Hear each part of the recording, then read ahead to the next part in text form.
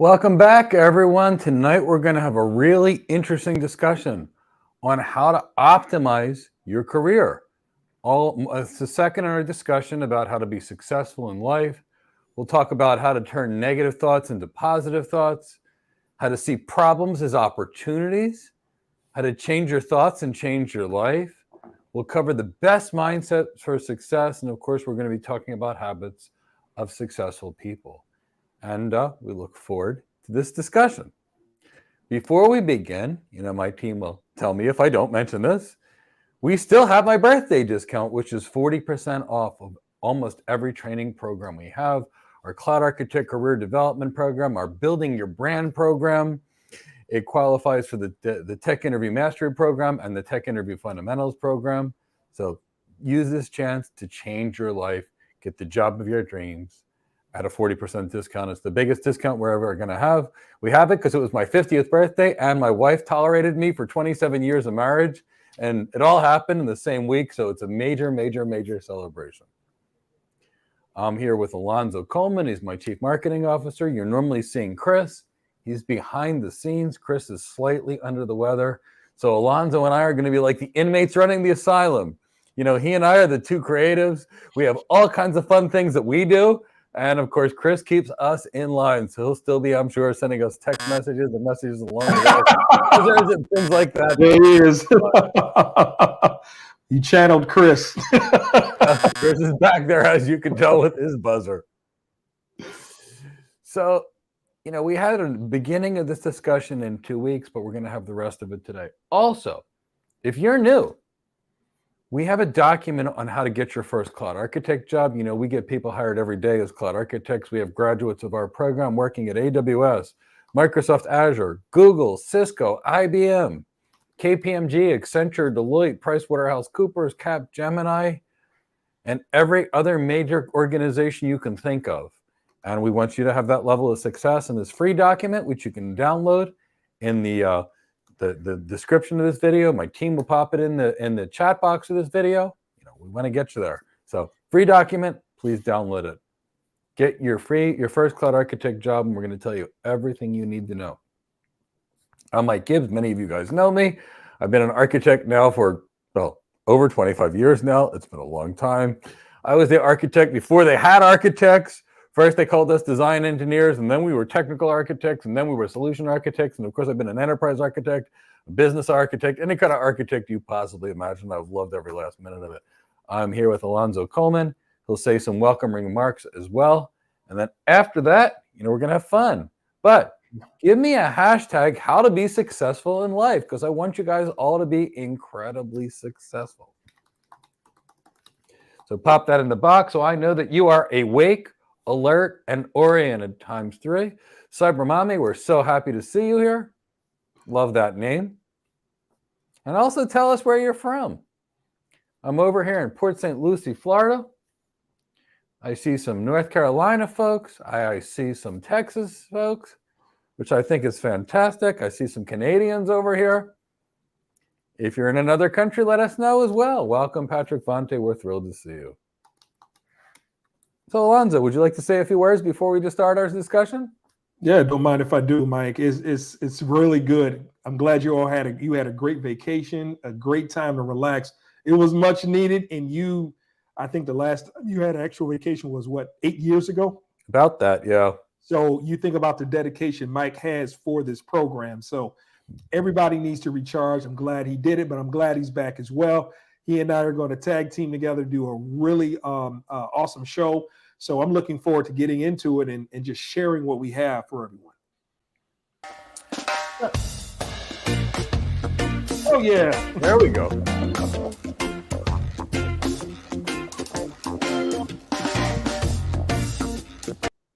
And for anybody that knows me, they know pretty much the only thing I listen to is old school rock and roll and reggae.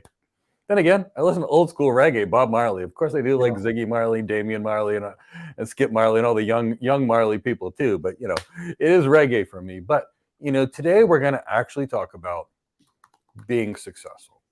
Let's face it, life is hard.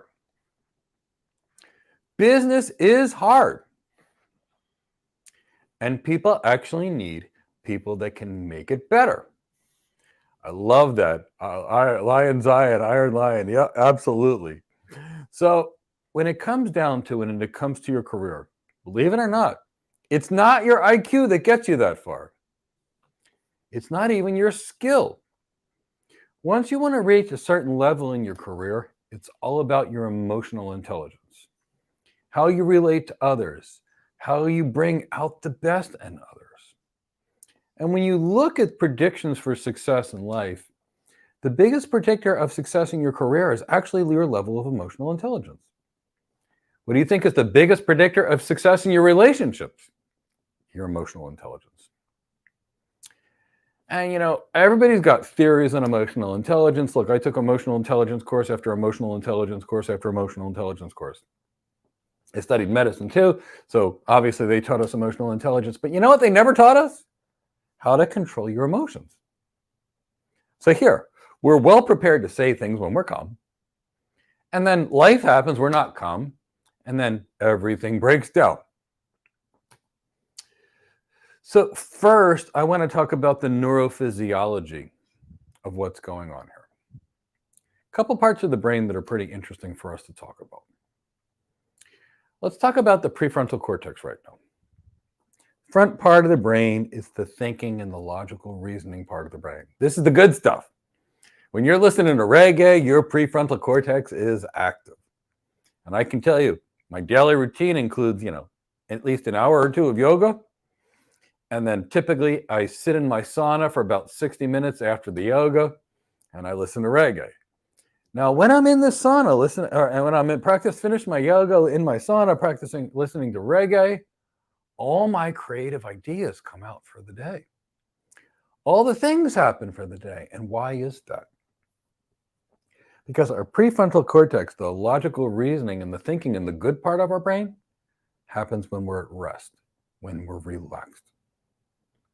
Now, when we get stressed, everything changes. See, let's face it, we haven't evolved that much in the last 10,000 years. Many of us at one point were being chased by lions. We were trying to eat dinner. We had a spear at some point in our history. We were trying to capture a lion and we got eaten. Or a giant bear, in original times. And that was our life. So we're not going to be doing a lot of logical reasoning when we're being chased by a lion. We're going to maybe climb up a tree, although they could probably climb up a tree faster than we can. Maybe go swimming in the ocean or the lake and try and hide from the lion. But, lions are scary. I love lions, but they're kind of scary creatures if they're chasing you. So we needed a part of the brain that could function under stress, and that's called the amygdala. So you're sitting outside, maybe you're in New York City, you see a mugger in the subway, your prefrontal cortex shuts down. Your amygdala comes in and it gets you ready to either freeze, which is what most people do, to fight, or to run, which is great. Anything but freezing is a good option. What happens, though, is what happens when we're not running away from a mugger on the subway. And the amygdala kicks in. That's when our lives change. I can't tell you the number of high potential people that I've seen over the years. They're rising stars in their technology organizations. They're great architects. They're great engineers. They're even a great manager. And then someone pushes their buttons and they blow up. And in the end, everybody sees them as a hot-headed reactor. They're not moving up in that company anymore. It's all done. It's all over with. I've also seen people that were friends argue over absolutely nothing. And in the end, they don't talk to each other for 10 years and they don't even know why. Prefrontal cortex shuts down. Amygdala kicks in. We get mean. Now, for any of you that are married, have a boyfriend, girlfriend, children, or a best friend, have any of you ever said something in the heat of the moment and you can't even imagine how you said it? That's because the prefrontal cortex shuts down. That nasty amygdala, which we have in common with the crocodile, by the way, kicks in and everything goes away. And then we have a violent or an emotional outburst. Violent outburst, the person lands in prison. Thankfully, most of us are not violent by nature. Emotional outburst, somebody gets fired where someone's career is destroyed. So we have to manage our emotions. I can't tell you the number of people in the last 25 years whose careers I've seen destroyed by emotional outbursts. People don't want to go to the hot-headed reactor. They're scared. They want to go to the calm, gentle, soft, cuddly teddy bear. So how do you be that calm, cuddly teddy bear? And also, that's how you treat others. But do you really want to live through life being miserable? You want to be walking around stressed out? Do you want to be depressed? No. So here we're going to talk about how you manage your emotions and control your emotions. And we'll talk about why that's so, and we know why that's so successful. So let's talk about, we're going to talk about a few things. We're going to talk about certain versions of emotional control that most people are familiar with. And then we're going to also talk about things that most of you are not familiar with. But I'm going to tell you right now, the things we're going to talk about, they are widely used by executives. They are widely used by Olympians. Many of these things are used by Navy SEALs and other elite special operations warriors, and they will help you in your life and your career. So Alonzo and I are real big fans of The Art of War, the book. Alonzo, you want to describe what they mean in The Art of War when they say win first and then go to war? Yeah, definitely, Mike. Before any action is committed, you have to think about it first. You have to visualize it. You have to imagine yourself winning, going through the process of strategy, opposition, counteroffensive, and ultimately victory. And if you can achieve it here, you can achieve it out in real life. So it all starts by winning in here. And then you're going to be able to plan, strategize, and execute in everything that you do. There's a way that we say this. It's as free your mind, and everything else will follow. And that's a really simplistic version of what Sun Tzu talked about victory here, so that you can achieve victory out there. So, I mean, have you ever seen Olympic gymnastics, Alonzo? Yeah, I have. So have you ever seen, like, I always refer to Simone Biles because she's totally impressive to me, but there's a lot of really interesting. But when you watch someone vault and they're like 15 feet in the air and they're upside down spinning around and they land. Yeah. Do you think it was their first time? No. If they couldn't see it in their mind, they sure can't do it in real life. But, you know, we've got to see it in our mind before we can do anything. All elite athletes, all of them, all Olympian gold medalists, they all have some kind of mind control techniques, all of them. Because if not, imagine Simone Biles is there. She's in an Olympic stadium. There's 30,000 people in that stadium screaming. Now she's on camera and there's billions of people watching her and there's a light that goes green and it's her time to go.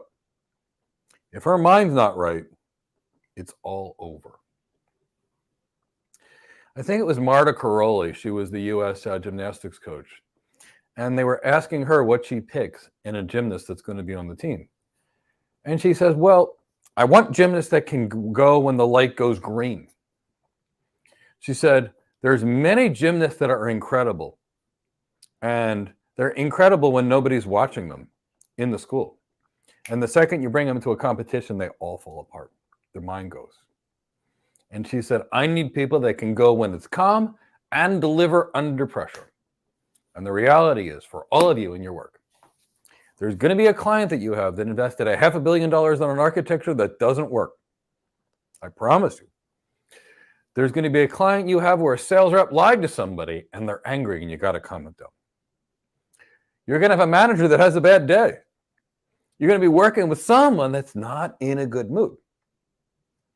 And, you know, a yelling and screaming match is not going to get you promoted to the next level of your career. So let's talk about some obvious options for all of you. Everybody knows I love yoga. I don't talk about it that much because I don't like to talk about splitting a focus. But I'm actually a yoga instructor. And of course, there's a 200-hour version of a yoga instructor and a 500-hour. And of course, I'm the 500-hour. And Why was I so fascinated with yoga my whole life? Well, I'm a martial artist, and I was sentenced to yoga by a martial arts instructor many years ago. And she said, if you want to get this next belt promotion, you must go to yoga 3 times a week. I was like, all right, I'm going to yoga. I walked into the yoga studio. It was taught by a woman named Tamara McLaughlin at Native Yoga. She and her husband, Todd McLaughlin, are by far the 2 best yoga people I've ever met. You want to find an online yoga program? It's Todd and Tamara McLaughlin, Native Yoga. And no, I don't get paid to say this, but they're the best I've ever met. And I walked into that yoga studio. They started it out by saying, put your hands at heart center and say Om. And I went, okay, this is going to be a wacky experience. And then she explained the breathing. Now, when I went into that yoga studio, I was all stressed out about this problem at work. When I left that studio, not only was I relaxed, I had a solution to the problem. And I went back the next day for yoga, and the next day, and the next day for yoga.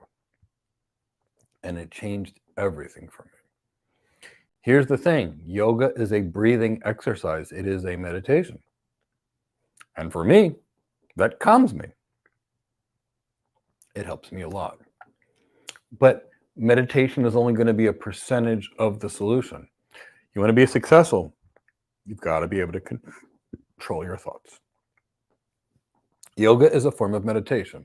In fact, I come from the world of Ashtanga yoga. What's interesting about it, it's based on the concept of vinyasa, linking breath to movement. Every breath for the entire practice is counted. Yekam inhale, Dwe exhale, Trini exhale, inhale, Chatwari exhale, Pancha inhale, Shad exhale. Now, I don't need to do this in Sanskrit and count the breaths, but every single breath for the entire 90-minute session is counted. And when you have that much control over your breath, despite what your heart rate is, you walk out with a moving meditation.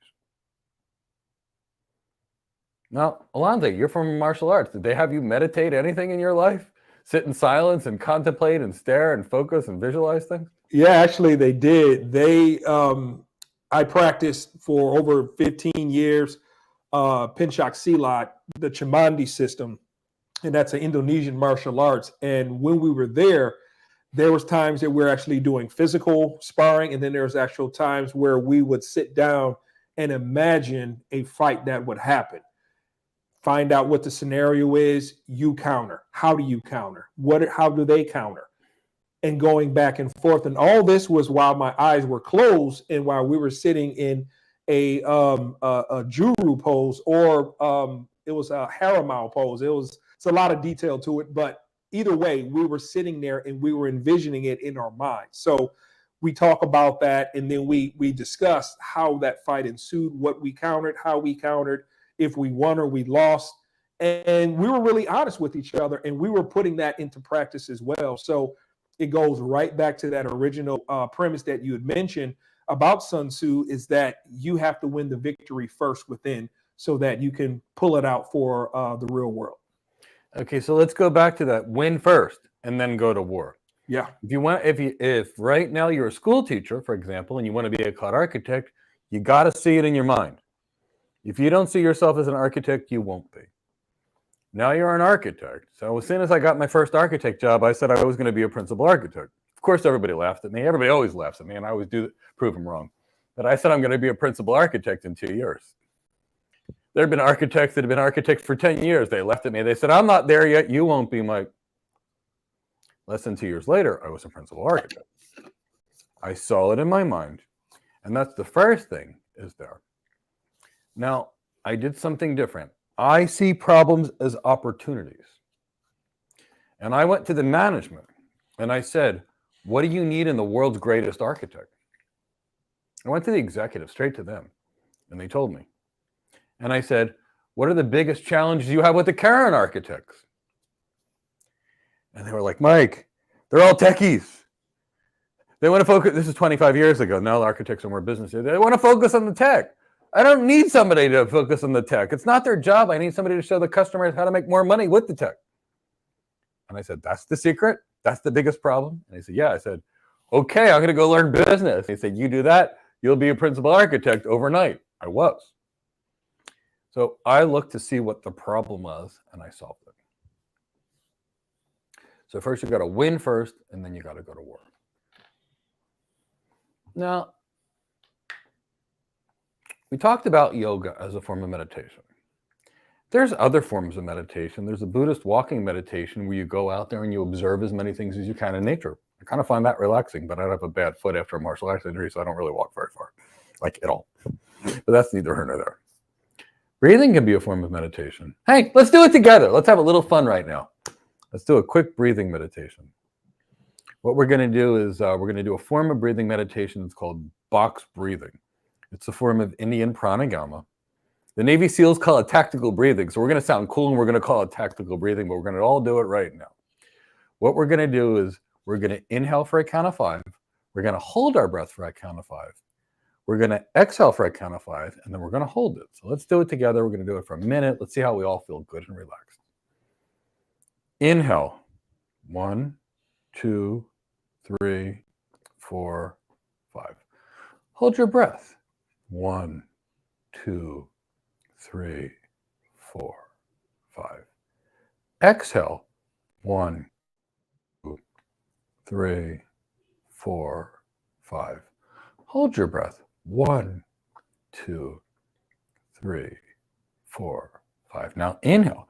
1, 2, 3, 4, 5. Hold your breath. 1, 2, 3, 4, 5. Exhale. 1, 2, 3, 4, 5. Hold your breath. 1, 2, 3, 4, 5. Now inhale. 1, 2, 3, 4, 5. Hold your breath. 1, 2, 3, 4, 5. Exhale.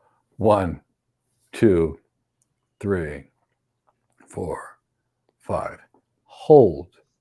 1, 2, 3, 4, 5. Now one more.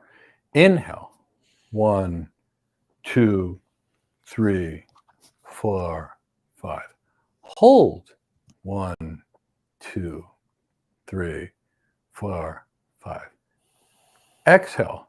1, 2, 3, 4, 5. Now hold. 1, 2, 3, 4, 5. Now take a nice, slow, deep breath. Now, don't you feel like listening to that Bob Marley song? Don't worry about a thing, because every little thing is going to be all right. All right, I'm not going to have a career in music. Everybody's singing with them.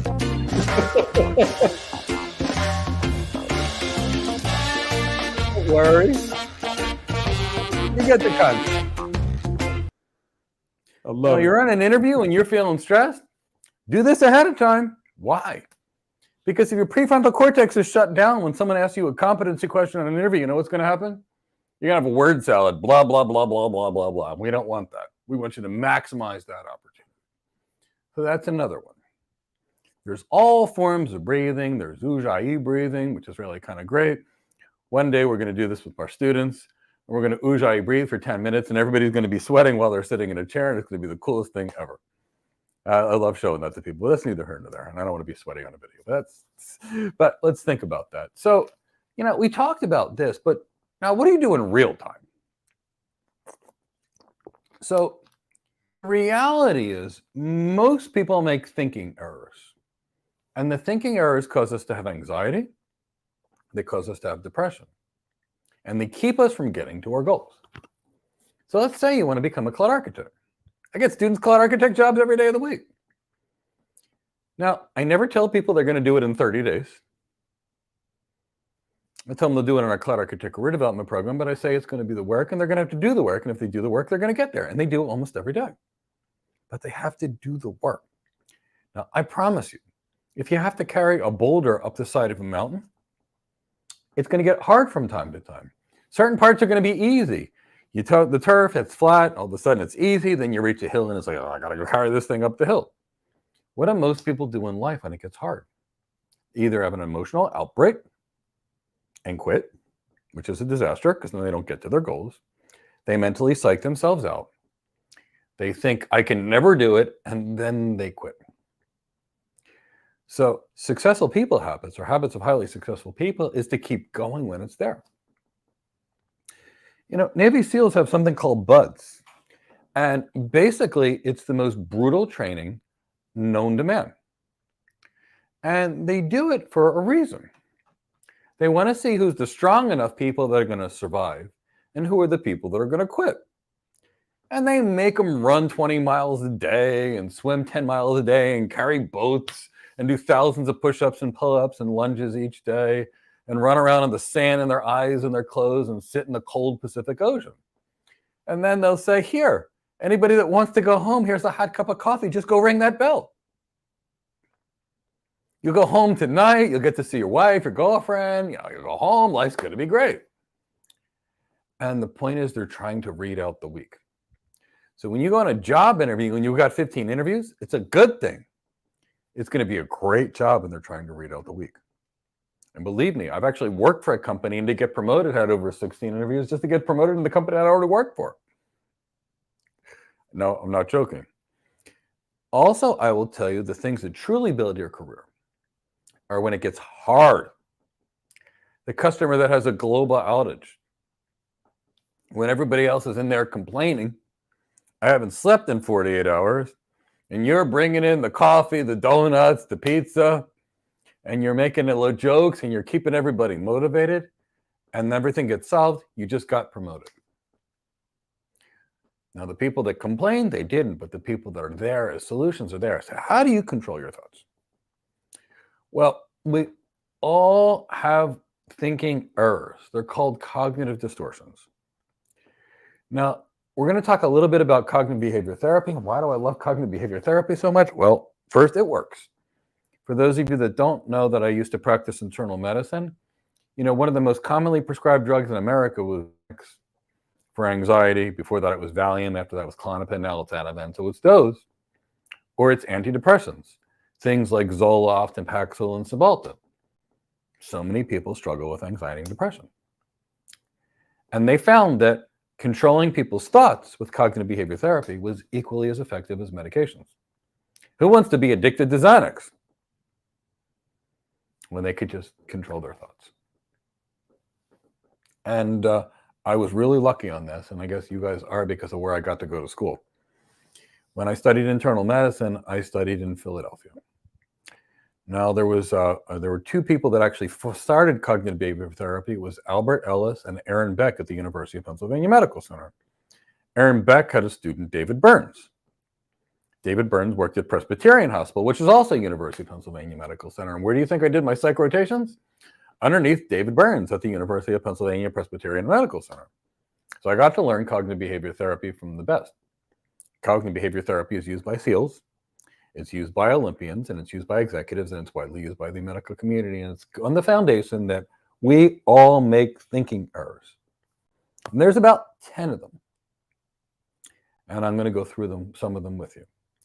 And when we get through these, I want you to think about how many of them you do. And what you need to do in order to make this effective. And if anybody wants a really good book on this, there's a great book called Feeling Good by David Burns. Fantastic book. At one point, I bought 50 of them, and I literally started handing them out to people. Everybody that came to me, anxiety, depressed, couldn't get to their goals, I started handing this book out. Probably still have 2 or 3 around the house because I haven't given them all. But I give them out all the constant. So one of Mike's favorite books. First thinking error is called ignoring the positive. We're all guilty of all of these.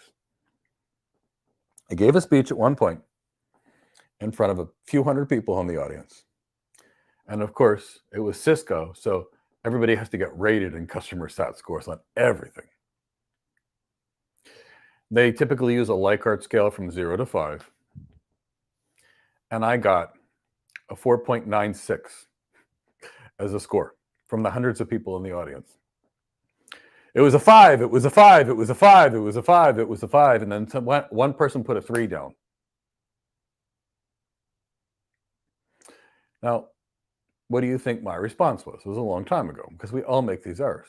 Alonzo, what do you think my response is with 500 people in the audience when somebody gives me a 3? Wasn't all that great. No, you didn't respond well. You think I was dwelling on the 3 and what should I have done better and why did I give a bad presentation that day? Now, of course, my manager said, wow, you did a great job. We're going to promote you based off how good you did here. But I was like, but I got a 3. Yeah. Now, the reality was I had like a 4.98 or it was a 4.96. I can't remember right now, but it was one of those two. It doesn't get better than that, but I stressed myself out. How many of you in the audience, when you went to college, got 1 B and the rest are A's and were all upset? Mm-hmm. Yeah. Lonzy, have you ever done this in your life? I do it all the time. I am my own worst critic. I could get 199 of them correct. It's that 1% that bugs me because I always feel like I can be better. I always feel like I should have known that. I practice it over and over and over again. Why did I get that wrong? And remember what they say, you don't practice until you get it right. You practice until you get it wrong. And you keep going through that process. And that's what I do. And it's very, it just gets me. That is my own personal pet peeve against myself, that even though it drives me to be better, but I don't celebrate the wins when I should. Exactly. And we all need to. So you know what I did? I called my wife. She's like, how'd your speech go? I said, well, I got a 4.96 on the average, but I got a 3. And she starts laughing and she says, congratulations. She said, so what you're saying is 499 people said great things about you and 1 person said you were average. And I said, yes. And I started laughing. And I literally started laughing. And she started laughing. And she said, dear, let's go to dinner and celebrate when you come home. And that's the key. So what I want all of you to think about when we go through these things, that's called ignoring the positive. When you have one of these thinking errors, here's exactly what I want you to do. I want you to write it down. And then I want you to evaluate, is this logical or illogical? Is a 3.98 GPA out of a 4.0. Is it logical that they're upset? No, they should be celebrating it. And I want you to do that for yourself. The next one is called emotional reasoning. Many people do this. My grandmother, and she just passed, God rest her soul, she was a wonderful, wonderful woman. She made this mistake every day and she was constantly nervous. She was afraid to fly. So she was afraid to fly. So she thought flying on an airplane was unsafe. I want to say this again. Because she was afraid to fly, flying was unsafe. Now, when I was younger, I tried the rational approach. I showed her the statistics of auto accidents versus airplane accidents, boat accidents versus airplane accidents, walking down the street and getting hit by a car versus flying on an airplane. And she said, I don't care, whatever it is, flying is unsafe. People do this all the time. Vaccinations for somebody's kid. That's pretty darn safe. But, there's 1 case out of 10 million and all of a sudden people think they're unsafe. Whatever the case is, and I'm not here to go on vaccines versus not vaccines, but, people see something and they think because they feel it, it must be true. If you feel something, make sure your feelings are actually accurate. I do this all the time. Drives Chris nuts. We're not going to get him on the screen. I look at something, I feel something, and he's like, no, Mike, here's the actual data. Make these errors. I write down a list, and I'm generally pretty calm because I write down my list.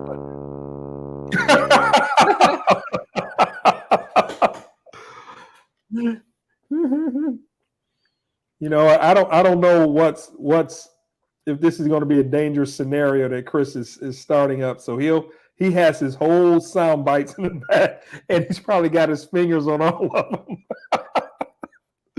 Love it. The next one that we make is called catastrophizing, and I'm going to have Chris play a little video here in a minute. I'll tell Chris when to cue the video. Catastrophizing, and people do this, is when one thing that's very minor turns into a major calamity in your mind. And you're panicked and freaked out over absolutely nothing. You're driving down the street, you get a speeding ticket, and the next thing you realize, you think in your mind, my car insurance is going to be $10,000 a month.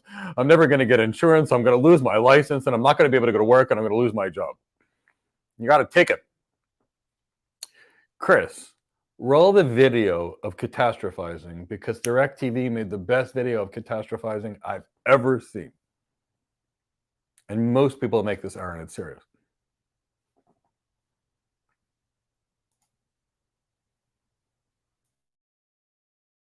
When your cable company keeps you on hold, you get angry.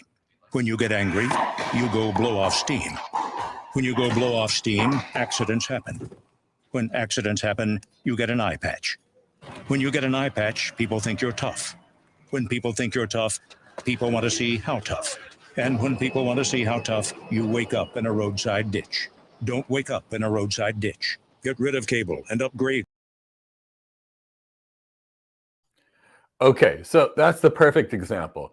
If your cable goes out, are you going to end up in a ditch? No, your cable's out. Maybe listen to some Bob Marley or some Ziggy Marley. Maybe watch something, I don't know, read a book. Maybe do some yoga. Maybe go run around the neighborhood. Maybe do 1,000 push-ups and work on your muscle endurance. Maybe do some body weight squats. I don't care.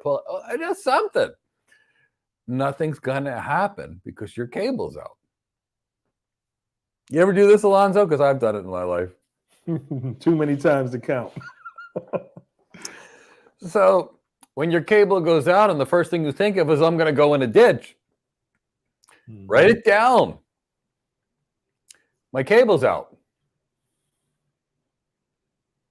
Okay, my cable's out. And when you see that the cable's out, it's like, all right, fine.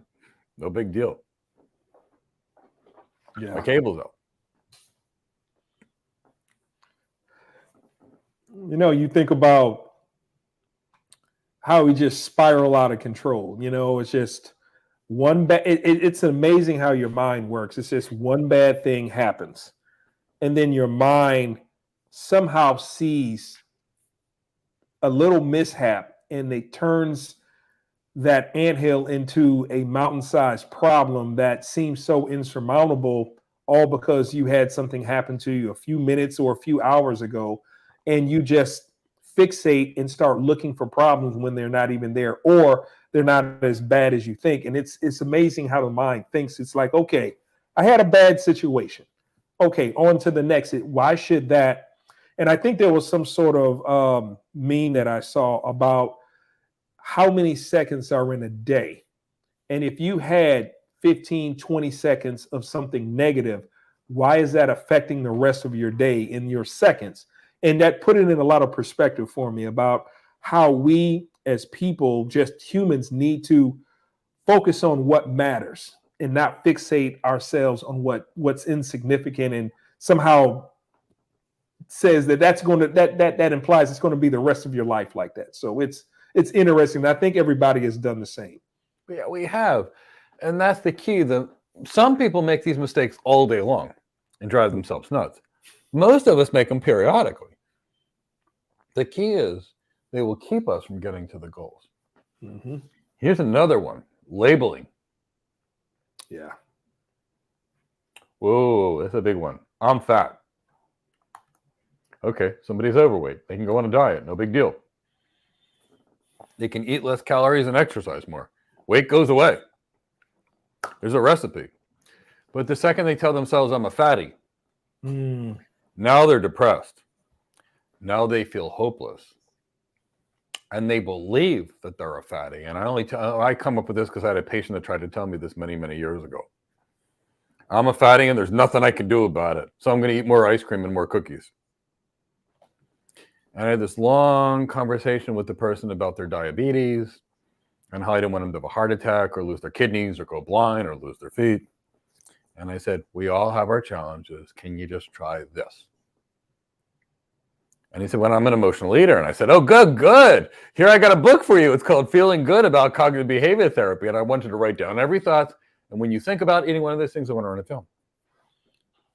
Came back 3 months later, he was down like 30 pounds. Wow. And he said, Mike, he said, you changed my life. And I said, in what way? He said, I used to be anxious. I used to be depressed. I read this book. And he said, I read it again and again and again. He's like, oh my God, I made all these errors. Now I don't have the desire to eat cupcakes. Okay, whatever the win is. I don't care how we get there. Now that was the start of his journey.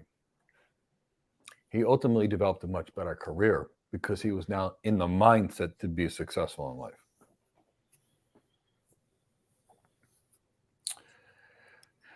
Here's a big one, fortune telling. Oh, yeah. Guilty. We're all guilty of this. We just predict the future. And here's where it becomes bad. And this is brutal. I promise you, for the most part, anybody that's ever been successful made a couple mistakes along the way. Now, I don't want you making mistakes as a strategy to learn. No. I want you to ask people and get guidance so you don't make mistakes. But what happens when you want to do something that nobody's ever done before? Then you got to go experiment. And when you got to go experiment, most experiments actually don't work. Do you think the first operating system that Microsoft came out with worked perfectly the first time? Well, for any of you that remembered Windows 98, when Bill Gates demoed it on stage, it crashed.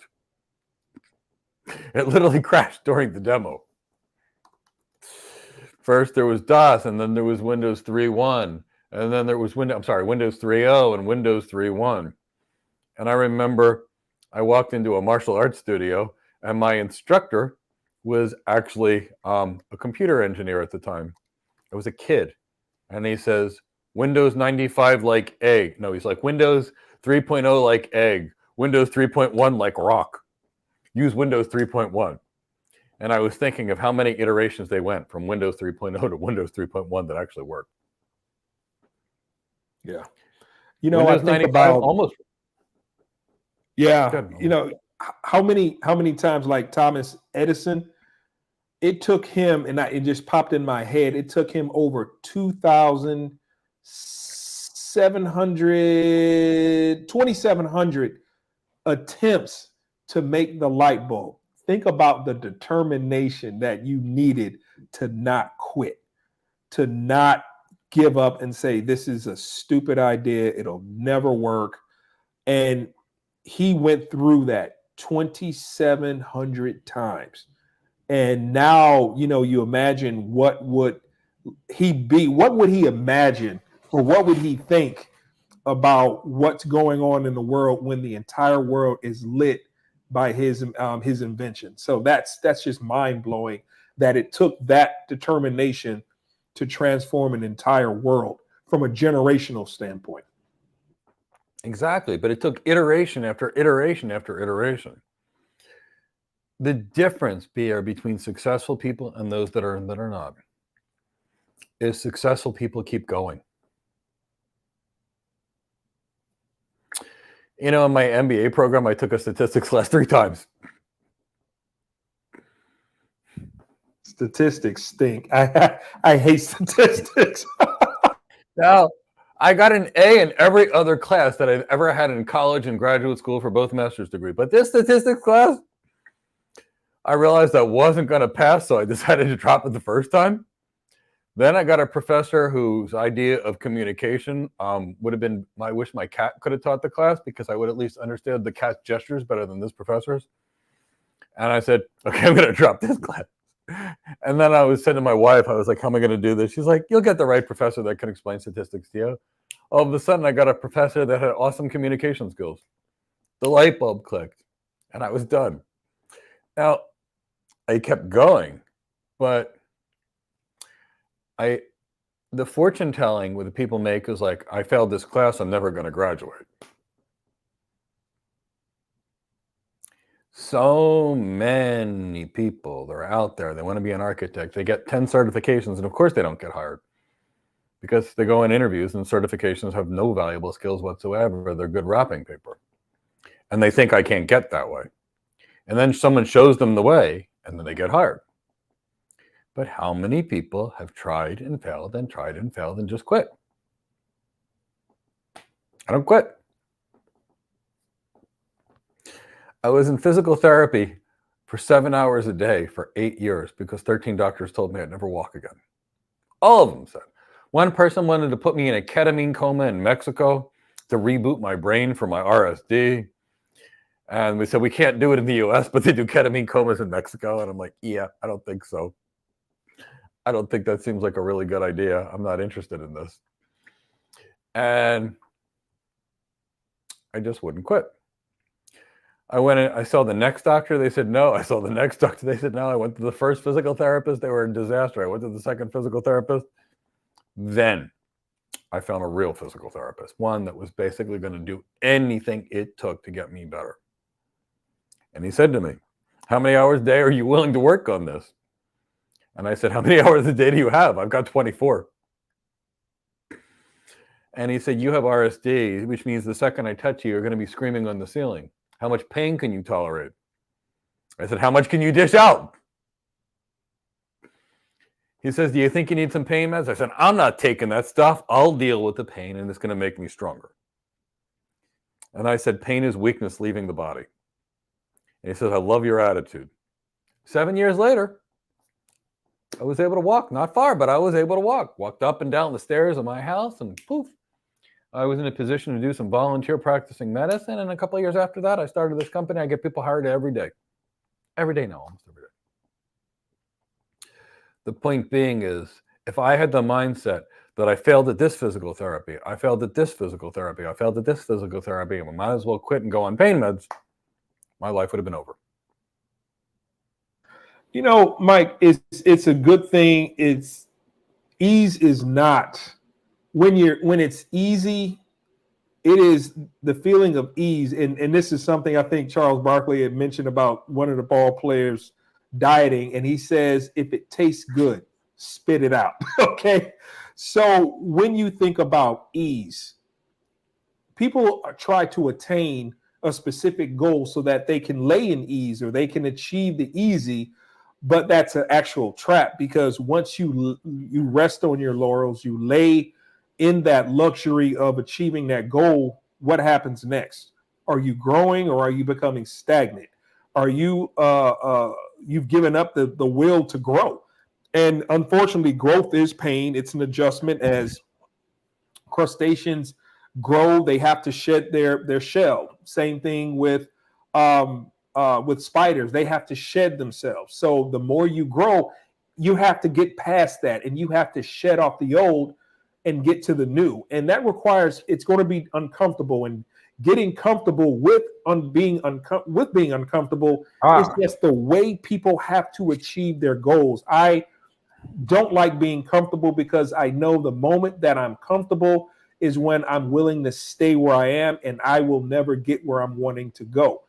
And I realized, and this is something that was really pivotal to me, is life is not a goal, or getting somewhere is not a goal. It's the journey itself. So because you never know how far you can go if you don't continually push yourself. So if you attain that goal, you just quit, you stop growing, you stop achieving, learning, associating yourselves with people who went further than you, or you just pull the stakes out, set up shop, and you just stay there for the rest of your life. And I don't like that. I don't like that about myself, because it just, there's something in me, and a lot of the special warfare community call it a fire in the gut. I just can't sit there. I have to keep moving and keep pushing myself to the best of my ability. Sure, I'm going to stumble. Sure, I'm going to fail. Sure, I'm not going to be assured one day after the next. But the one thing is that even if it's 5 steps, 2 steps, you ran a mile, you ran a block, or you just put one foot in front of the other, it's progress. Each slice of bread will eventually make a loaf. So put that in your head about, okay, I may fall down 7, I'll get back up 8. I may not be able to do it today, I'll do it tomorrow. But if you don't commit yourself to doing it, even if you may not feel like it, Force yourself. Do it. Study. Know about BGP. Know about OSPF. Know about WANs, LANs, software-defined WANs, and everything about that. If you're not understanding the step functions, if you're not understanding the difference between block storage and object storage, and what metadata is associated with what, which TCP over UDP, you can go on and on about all these concepts. Sit down, write a checklist, knock it down one concept at a time. Look at it, review it. What is it? What is it? What does it do? When would you use it? Get together with people who are also struggling, because if you want to go alone, you go fast, but if you want to go together, you're going to go much further, because iron sharpens iron. You're going to be able to make these things possible. But again, it goes right back to what we were talking about at the beginning. It starts in here, and it also starts in your heart. So I had a student, I won't say who, he tends to get discouraged a lot. And we had a bit of a conversation on Slack. And if he's watching, I really want him to stay focused. Don't give up. Don't be discouraged. We believe it. And I tell you, I when I first started my journey with being in the cloud, I had no direction. I was just told, just study AWS. How do you quantify that? How do you start? Where do you start? When do you start? And I struggled. So without hijacking the conversation, Mike, I just wanted to say these things and want people to be able to start focusing in here so that they can materialize it in the real world. And you know, it's really critical to be comfortable while you're uncomfortable. And here's why. If you're ever going to have a really great career, I promise you're going to have to take a trip to Australia, a trip to Hong Kong, a trip to Dubai. And let's say you're in New York or New Jersey, like I was. Flying to Hong Kong is not fun. Flying to Bangalore is a long flight. Flying to Abu Dhabi or Dubai is a long flight. Now, Emirates Airlines is pretty amazing, but I promise you, you spend 10, 20 hours on a plane, you're just not going to be comfortable. And when you get there, you might have to meet someone right then and there, straight off of the plane. I jumped off of a plane in Dubai one day, got there at 2 o'clock in the morning, and all of a sudden, there's some guy waiting for me. Mike Gibbs with a sign over here. I thought it was the limo that was going to take me to my hotel. And they brought me directly to the customer site because they had a network outage. I hadn't slept in like 2 days. I get there and I'm like, very much. I got a great understanding. Would you mind if I sleep for like 2 or 3 hours so I could be productive? No, I needed to work right now. Like, all right, I'm going to work right now. You got to do what you got to do. Did it with a smile, solved the problem, closed the big deal, and did it again. Or what happens when, your boss calls out and last minute you're jumping on an airplane to give a speech in front of 5,000 people. Believe me, I've done it. Your boss gets sick. You're going to do it. So the key is being able to control that and being comfortable with success. It's funny. We're on vacation last week. I packed versus my wife. Now, I'm going to preface this. My wife has an IQ of 170, which makes her slightly smarter than Albert Einstein. She learned Spanish in 10 days because her translators couldn't understand her thoughts. She could recite any book of medicine and knows word for word in that. That's how smart she is. And if it wasn't for her, I can't even imagine how I would live, because she's the glue that holds everything together. But we go on vacation. I have a backpack that's got all my stuff in the whole backpack. And I always carry some emergency tools with me just in case anything happens. Very small little bag that I carry with me. That's it. Because I'm comfortable with nothing. I really am. I had my flip-flops, I had my sneakers, a couple of bathing suits, a couple of t-shirts, and some shorts. Now, my wife packed 3 giant suitcases. And in addition to that, we brought an entire pharmacy with us just in case anything happened, a supplement catalog. She brought all her favorite foods with her, just in case the restaurants in Palm Beach didn't have it. Now, I wanted to take her to Morton's, and I realized that the only thing I had was shorts and flip-flops. So I was like, I'm going to go to the mall. And she's like, I got 10 pairs of shoes. I got shoes for every occasion. They say luck is when preparation meets opportunity. She was prepared for anything. I'm thankful for my wife. I'm thankful she's tolerated me for 27 years. I'm married as well. She's amazing. But, I'm so comfortable with nothing that it's there. It comes from my martial arts, whether it's Eskrima, which I've done, or Krav Maga, or Taekwondo, or Kempo, or Jiu-Jitsu, all of it. I'm comfortable being uncomfortable. Let's get to, but the fortune telling is very common. We talked about it. It's the kid that asked 2 people on a date, gets rejected both times, and is afraid to ask because he or she assumes they're going to be rejected every other time.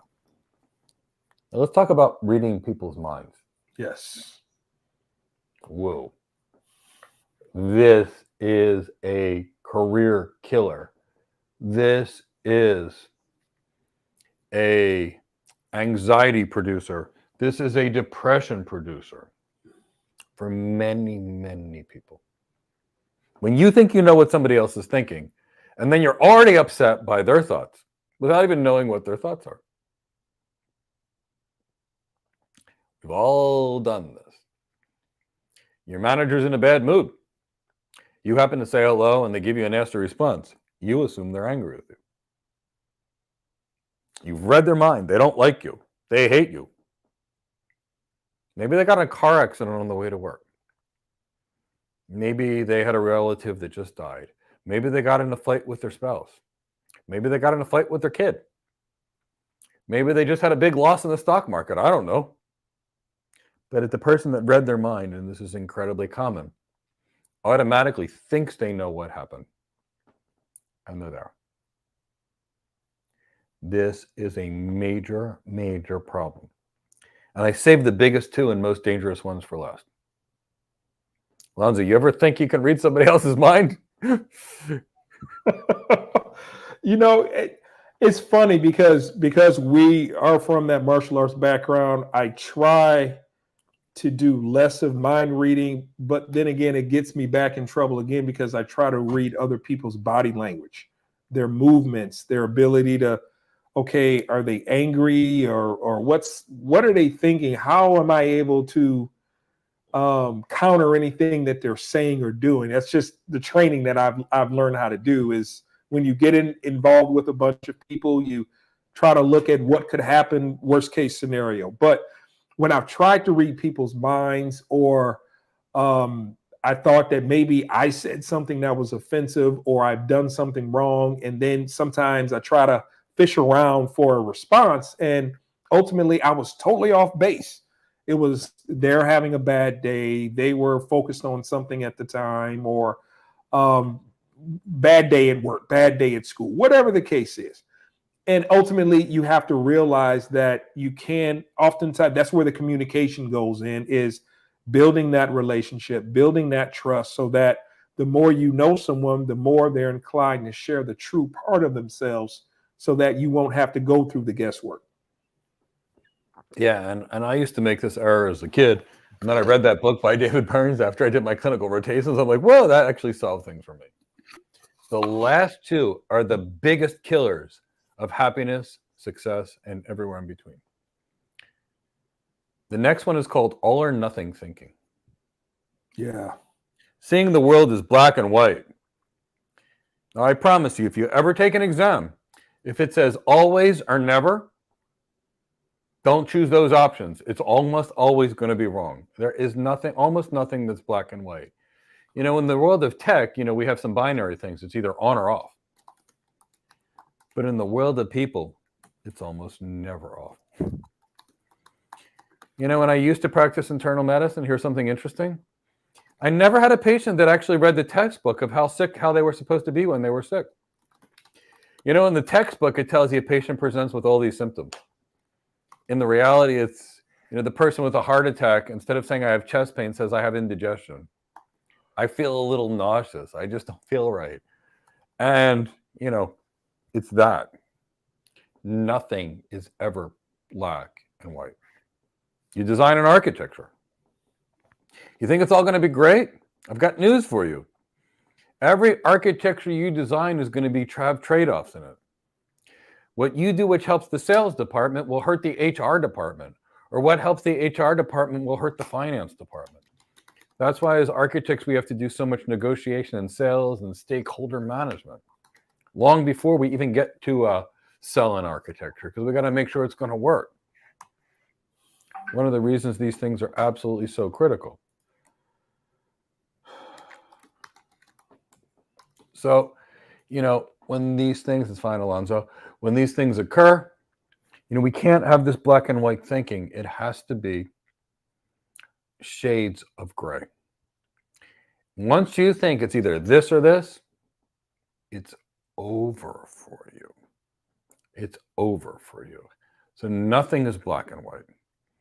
What happens if you go on a job interview when you get hired, but it's $3,000 less than you were looking for, but it's $100,000 more than you previously earned?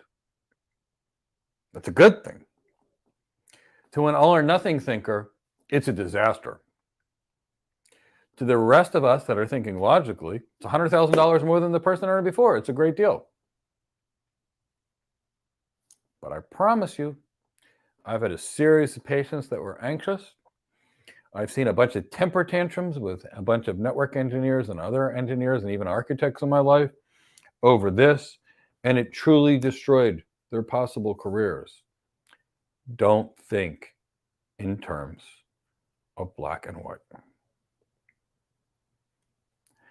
Now, the last one is the most dangerous one of all of them. They're should statements.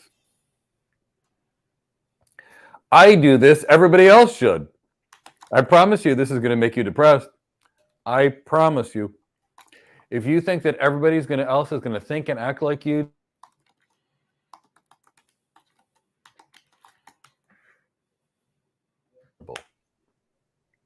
you will be.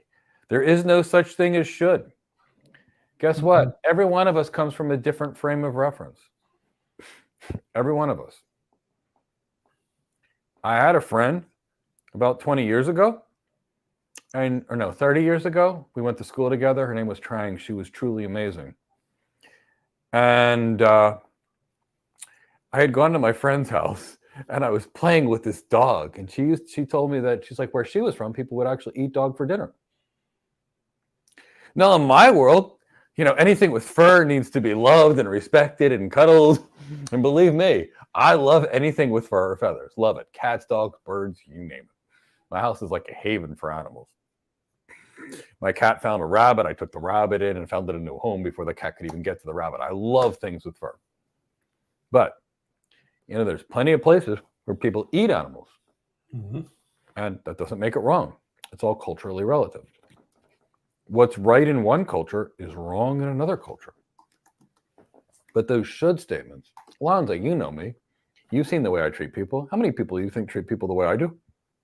Not a lot of people at all. Not a lot, Mike. You even when there's some hard decisions to make, you still do it with grace and the ability to have emotional intelligence despite those hard conversations.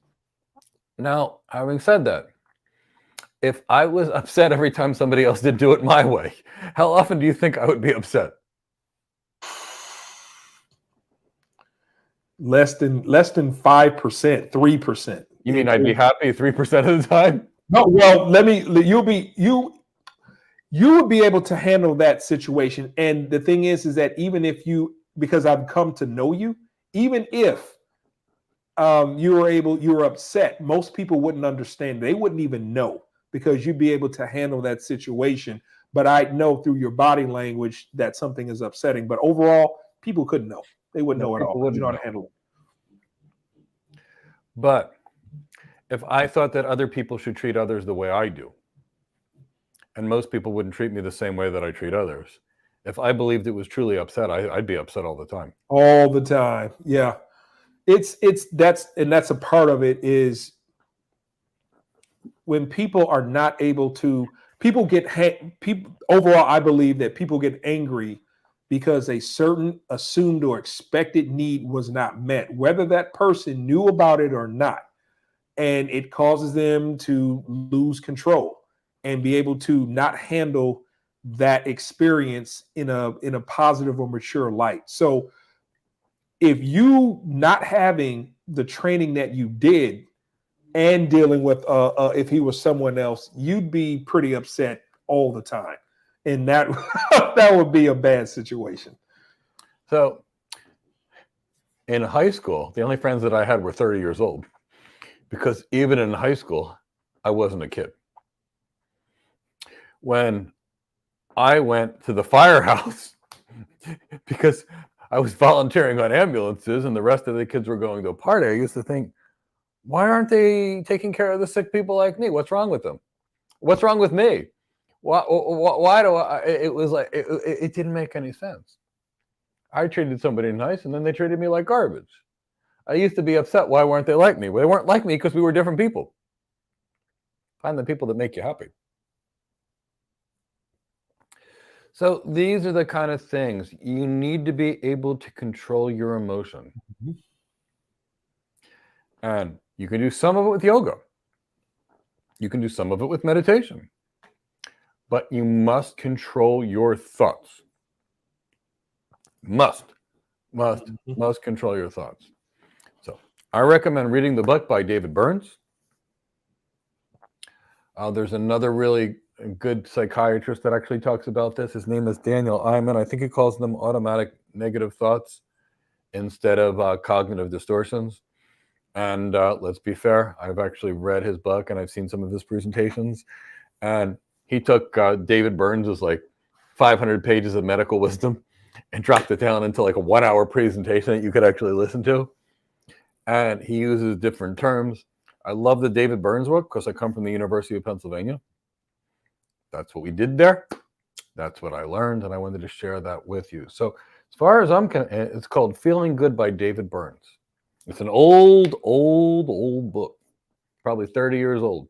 There's been multiple revisions, and you know, in the medical community, in the psychology community, the performance coaching community, we all live heavily on this. So I'm thinking, Alonzo, we open it up for some questions. We get people's perspective. Ask us your questions. I really want to help you. I would love it. From Igor, okay. What would you tell people that tell the biggest predictions of success is where you were born? Some people go up in life, but most stay in the same social class that they were born. Well, Igor, you know, statistically speaking, 1/3 stay the same, 1/3 get better, and 1/3 go down.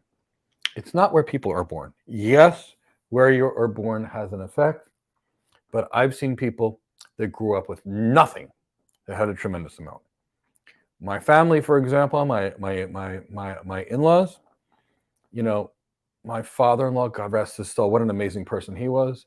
He had to drop out of school to go fishing to feed his 6 brothers and sisters and his mother when his father died, when he was young. One of the smartest people I've ever met.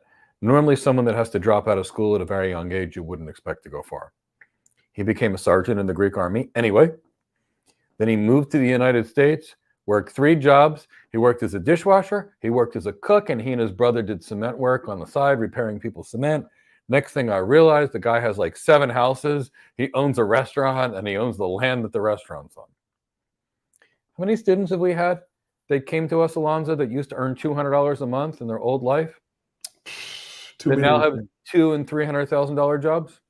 Yeah. And that determination was how they thought. They didn't let their present circumstances determine their future goals. And it resonated with me. And that's the inspiration with these students, is that, and some of them have come from some pretty austere places, and they still manage to get accessibility to internet. They make it happen regardless of those resources. And I say to myself, if they're able to do this, and I know I need to continue to step it up every day to give us what they need to be successful. And it's just amazing that how many times, Mike, have you seen, like you said before, it's something about where you come from that fuels the fire to get you as furthest away from that scenario as possible to be where you want to be. And that goes right back to that discomfort and using that to propel yourself forward. I actually think often the people that come from the hardest, most humble beginnings are the ones that get the farthest. Look at Daniel Bosso. He was our student. There's a video. Yeah. He told us publicly on YouTube, so I can say it, that he was homeless at one point. He dropped out of high school, and sure enough, he was hired by JP Morgan Chase as a solution architect. I wish he was my son. I love the kid. His attitude, energy, enthusiasm, determination, and his heart, I'd put it the top 1% of anybody I've ever met. Wallace of Ghana, another student of ours. I think he was from Ghana. He went through everything, all kinds of challenges, and now he's an enterprise architect. But, they're just a couple of examples. I could give you oh my God, Ivan Tambo. This young man of ours who's now working for AWS, he left Cameroon at 15 years old to come to America for a better life. He couldn't bring his parents. He had no relatives. He literally came to the US and through the church found somebody to live by for him to actually go to college while he worked full-time as a waiter, took our program, and is now working at AWS. I mean, that's just an example. Yeah. Your situations don't determine your future at all. There's so many, we can go example after example about how that has been effective. And that's where it stems from when I said before, when it's easy for you, for some people, it's a little harder to pull away and achieve more success because they know that success is going to require sacrifice, discomfort, discipline, pulling away from what you know into the unknown. And for some people, that's unbearable. And you can't judge them. This is just as far as they want to go. But be prepared to be able to leave them behind so that you can meet your goals. Because if it was for you, you wouldn't be comfortable being where you are. You want to move forward. And that's the part about, like it speaks with Igor, is like where you born, the social climate, the status. What you achieve in here is possible for you to go elsewhere and achieve greatness outside of whatever assumed station that you have for yourself or what society has put on you. We're in a day and age where people are making money off of TikTok videos. They're becoming millionaires. We're in a space where, say, for instance, my son, back in the day when he was 4 and 5, he loved this YouTube kid, this channel called Ryan's World. And this kid, he spends all day talking about these new toys and doing reviews. And at one point in time, he was generating $25 million a year providing toy reviews. This is the day and age that we live in. So if that doesn't prove that anything is possible, especially as being a cloud architect, I don't know what else to tell you, because it's possible. You can do it. You can achieve it. But like we keep saying, it goes right back. What's going on in here? Now, let's go back to this, because the people that believe this, first, they ignore the positive things that are around them and they get into the victim mindset. Mm-hmm. 2, they're always thinking about the worst outcome. I can't, because no matter how hard I tried, I'm going to fail. And then they predict the future. I failed at these other things. I come from nothing. I can't be successful. Yeah. I've given you just a couple examples. I grew up so poor that when I was working at the fire station and I was trying to pay for school, we used to get 50% off at Friendly's ice cream restaurant. And the $5 hamburger was $2.50. I didn't have the $2.50 for the hamburger. So I literally speaking, when I went through college, here's what I did. I bought the cheapest tuna I could possibly buy, had a can of tuna for breakfast, lunch, and dinner, worked 3 jobs, and dumped it all into my education. I got done school with no loans. The education changed my life, but I grew up with absolutely nothing.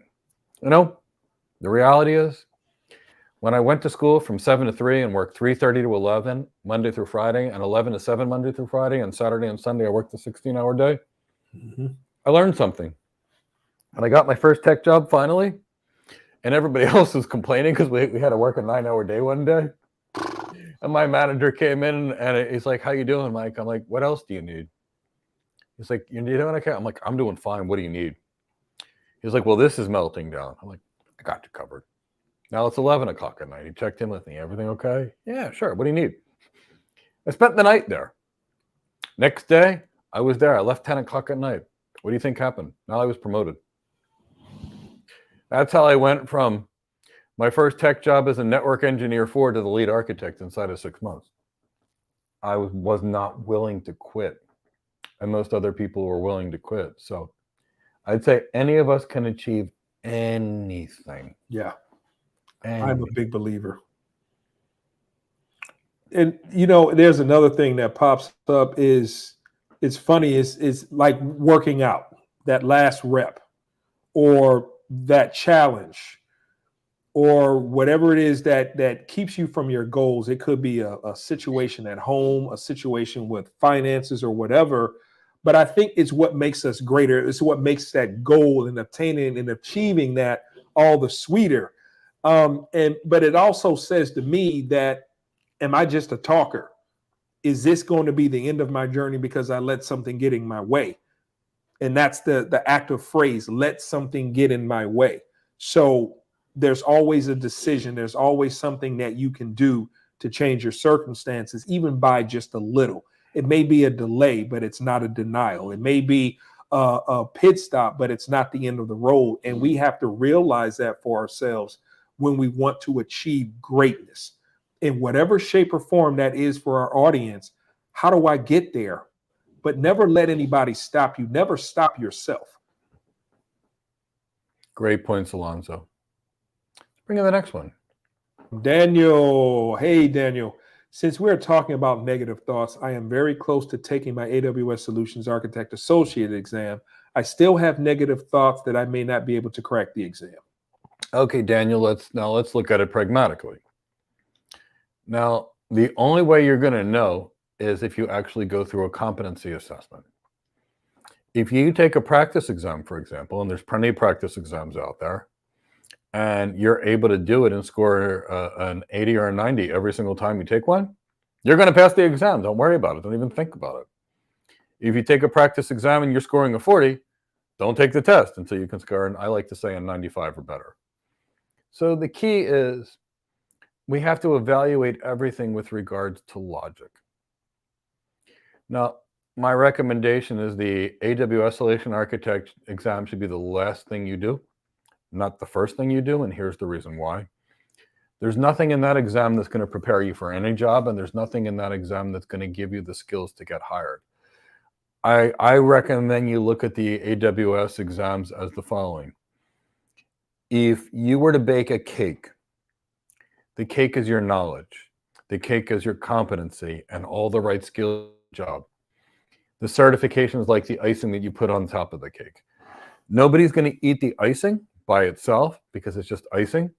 They want the cake. The icing makes the cake better. Make sure you learn the skills, and the exam will be silly easy for you. So brush up on your skills. But you know, that rational fear, or it could be an irrational fear based upon your level of preparation. Alonzo has an expression. I'll have him go through the preparation thing, and he can alter one word. What's that proper preparation expression of yours? Proper preparation prevents preventative performance, if you will. So fill in the blank on what that is. So if you're prepared, you're going to be ready. If you do the due diligence, you're going to be ready. If you can imagine in going through those processes, goes right back to imagining where the victory is inside, because you've imagined, you've gone through the scenarios, the practice exams, you know what's going on with the pillars. You understand what's going on with compute. You're understanding the difference between S3 and EBS. You're understanding what the IOPS are and the different types. You're understanding how all this comes into play. You're knowing the difference between SQL and NoSQL and what those different cloud service, those proprietary names are, like MongoDB and I mean, not Mongo, DynamoDB, and understanding what Aurora does and what those comparative differences are. So once you're able to look at those things and go through the processes and challenge yourself, you're going to be in a great space. But proper preparation prevents preventative performance. So you're going to be in a great space as long as you remember those things. Look up what the original 6 Ps are. It's going to be different. But overall, imagine that for yourself. I can't stress it enough, is that you're not in competition with anyone else but you. No one outside, no one inside, no one in the program, no one outside the program. People who've been an architect for 5 minutes or 5 years. It doesn't matter. Never use that measuring stick against anyone but yourself. And when you do, and you look up from the grindstones and you get out of those starting blocks and you get to the end, you're going to be farther along than you ever dreamed possible. Because for me, I'm always chasing me. I don't mean to sound arrogant. I'm trying because I know how hard on myself I am, because I never celebrate the wins. I'm always beating myself up and saying, I can't celebrate now, because if I celebrate now, then I won't stop celebrating. But I've learned to give myself, celebrate just today. Put down the pom-poms for yourself, get back into it, get your nose back on the grindstone, and keep marching forward. So always remember to just prepare yourself in anything, even outside of cloud architecture, or striving to be something even greater. And before we get to the next one, Daniel, I'm 100% certain you can pass that exam and any other exam you desire, or achieve anything you want in life with the right preparation. I actually thought of a euphemistic way to say Alonzo's thing. Proper preparation prevents poor performance. Yeah. And you can look up the real version out there. From Ping Gong, need to talk with a team member about the Cloud Architect program. Ping Gong, what we can do is that I will talk to you personally myself tomorrow if you'd like to schedule a video conference call with me on Calendly. You can find that opportunity on our website at gocloudcareers.com. Look at the top portion of the website, click, set your time and date, and I will speak with you personally myself. And on the Thursdays, how to get your first cloud job webinar, you'll get to speak to me and Alonzo live right then and there as well. Or you can book a private call with Alonzo as well. We can easily get you your goals of becoming a cloud architect. And by goal, I mean hired, not passing as an exam. No. Sure, passing an exam is one thing, but that's not a career. We'll help you get hired by giving you the right skills to be hired. And guys, please feel free to ask questions, Alonzo, and I want to do all we can to help you be more successful in your life and career. And awesome, Chris, he put the link in the chat as well. So please feel free. I'll be looking forward to speaking with anyone who has the opportunity to speak with me for 20 minutes. That's all it takes.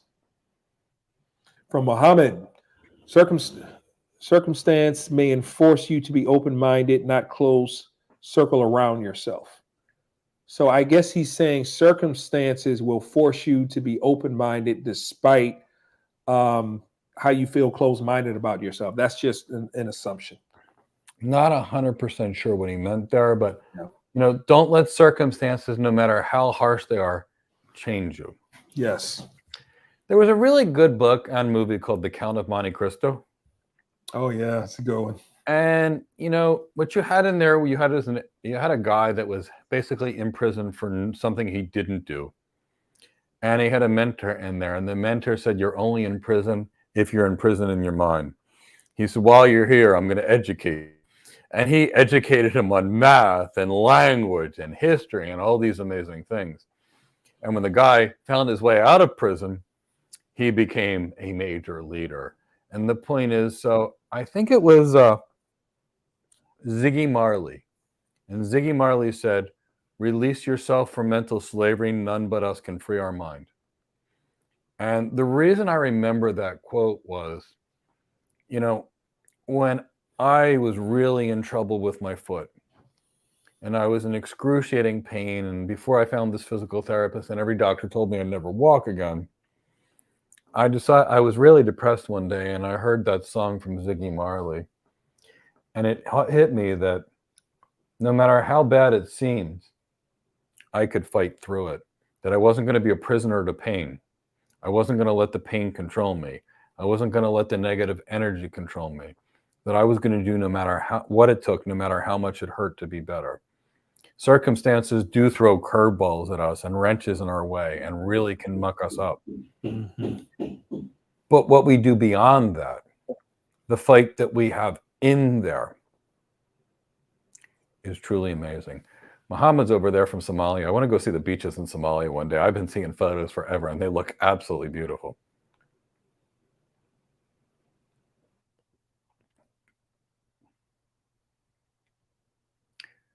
I'm happy to go more to it if I can understand it a little better, Muhammad.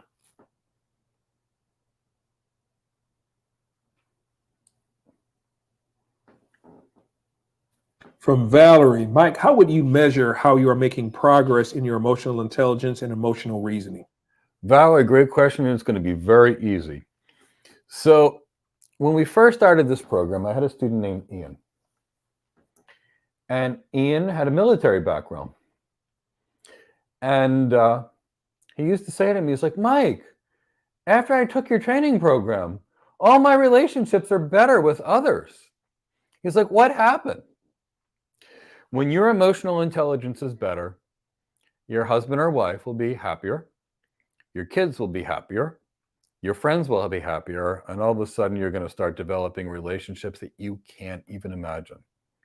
Opportunities will just miraculously present themselves to you.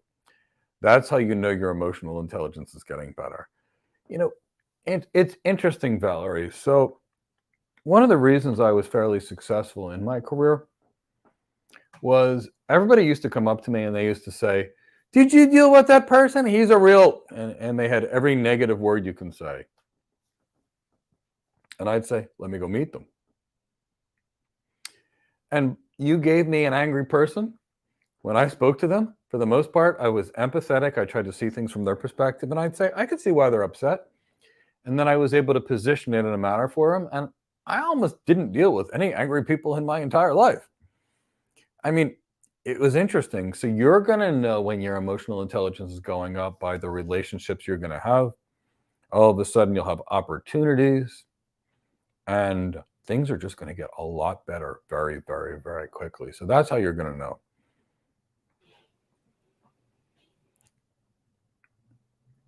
That's a really great question. Alonzo, you want to add something to that? I think that's the case. Is that it's just like any muscle, you have to keep practicing, and you may stumble upon the way. You may have looked back and regressed and said, okay, maybe I could have answered that differently. But the fact that you're making and deciding to try to emphasize your ability to restrain your emotions in place of that logic says a lot about your ability to grow. And you just continue to do that. Like anything, even like this program, one step at a time, one day at a time. And the more you do it, the stronger you get. So you continue to execute and exercise that. Like case in point with me, I have two children, or rather I have a college student and I have a 10-year-old boy. He's very rambunctious and he is a consummate destroyer of furniture. Okay. So with that being said, I have to be able to try to manage my anger, my frustration with my son. He means well, but he's a great incubator for how I can be a better dad, a better person who knows how to communicate and emphasize the value of what he needs to do versus what he's doing. And when you're trying to communicate with children, you have to use different vehicles to try to make it work. So that's a good example for that. So anybody who has kids, that's another vessel for you to try that as well. From Angelo. How you doing, Angelo? It's always good to see you, buddy. What's the relationship between self-control and discipline? And does one come before the other? Good question. Yeah, it's a really great question. Let's think about this for a second. Self-control, I would say, comes before discipline. And here's the reason why. In order to achieve anything, you need discipline. And I'll give you some examples. You know, when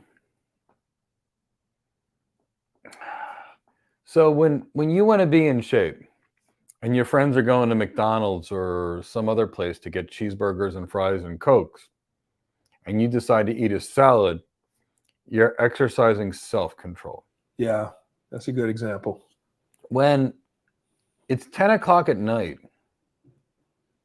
and you really either want to watch TV or go to sleep, and you're working on your MBA because you want to achieve something great, Angelo, the self-control says, I'm going to stay up. When you're feeling tired and exhausted, but you need to go to the gym, it's the self-control that enables you to be disciplined. When you had to drink a glass of wine and you feel good and you want to have a second glass of wine and you feel even better, it's the self-control that keeps you from having the third, fourth, and fifth and waking up sick the next day. Yeah. Very good. Yeah. So I believe in my heart that it's the self-control that enables you to be disciplined. Now, I'm a pretty disciplined individual. Now, it was the secret to me being successful when I was younger, and it's the secret to me living now. What if I told you all that I spend 3 hours a day in physical therapy? That it literally takes me 60 minutes to walk down the stairs in my house in the morning because my foot's so badly damaged by neuropathy that I have to move every joint in the foot and then try and move my ankles around before I can walk down the stairs. And then I practice yoga, and that kind of loosens me up. And then I practice yoga and stretch out in 160-degree sauna for 60 to 90 minutes, and then I start my day. Now, I promise you, I don't feel like waking up and being dehydrated and needing to drink 3 gallons of water just to get through the day, but I have to do that every single day for pain. So I have the discipline to do that, but I also have the self-control to wake up and do it. And believe me, that first 60 minutes of trying to move my foot through that range of motion feels like I'm stepping on glass, but it's part of my life. I'm not sad about it. It's just part of my life. I'm not angry about it. It's just part of my life. It's what I have to do. So I think you need self-control before discipline. But how about you, Alonzo? Well, those are some great examples, and I think this the discipline must happen. Case in point with martial arts, the discipline to practice, the discipline to meditate, the discipline to understand how what you know how to do has consequences and how you execute it. Just like fire, the discipline to either cook with it or to create arson and the effects of damage that can cause from that is self-control. And when you're in a scenario, and that's one of the things about, say, for instance, the samurai, is that if you're able to win the battle without with having the control and the self-control to not even pull the blade, the katana, out of the sheath, that's a bit of self-control, and that is required for the discipline. So it's the same thing with that premise, is having the discipline to understand what you can and can't do with the martial arts provides the self-control to not enact it upon others.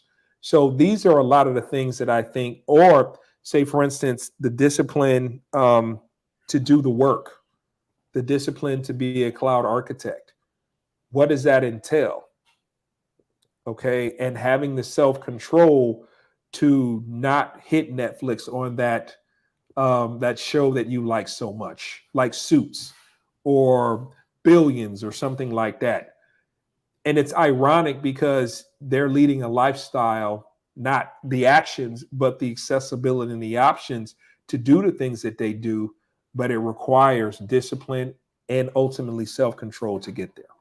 And actually, you bring up an interesting, both extremely well-trained martial artists. You trained Salat, I trained Eskrima. I know you've done some other things. I've done some Shotokan karate. I've done some Taekwondo. I've done some Kempo. I've done some Jiu-Jitsu. And I did a couple of decades of Krav Maga, the Israeli style. Have you ever seen a martial artist actually attack anybody that's outside of a competition, Alonzo? No. Or are they walking around nice and calm? No. Nice and calm. And those are the ones you got to watch out for. Yeah. The calm ones and the calamity. The calm people, because all of us that are taught the most lethal skills are taught how to never use them. It's the thug that doesn't have the training that attacks somebody. Mm-hmm. Because they don't have the self-discipline. So, self-control and discipline are really, really essential. They're essential when you're a manager, because just because somebody annoys you doesn't mean you want to fire them, destroy their career. They're essential if you're training a Navy SEAL. They can't be having dinner with their wife, see somebody they don't like in a parking lot and do something about it. Neither can a martial artist who's trained with these skills. So, it's self-control and self-discipline and discipline are really, really key critical components of success. Great points, Alonzo. As always, Angelo.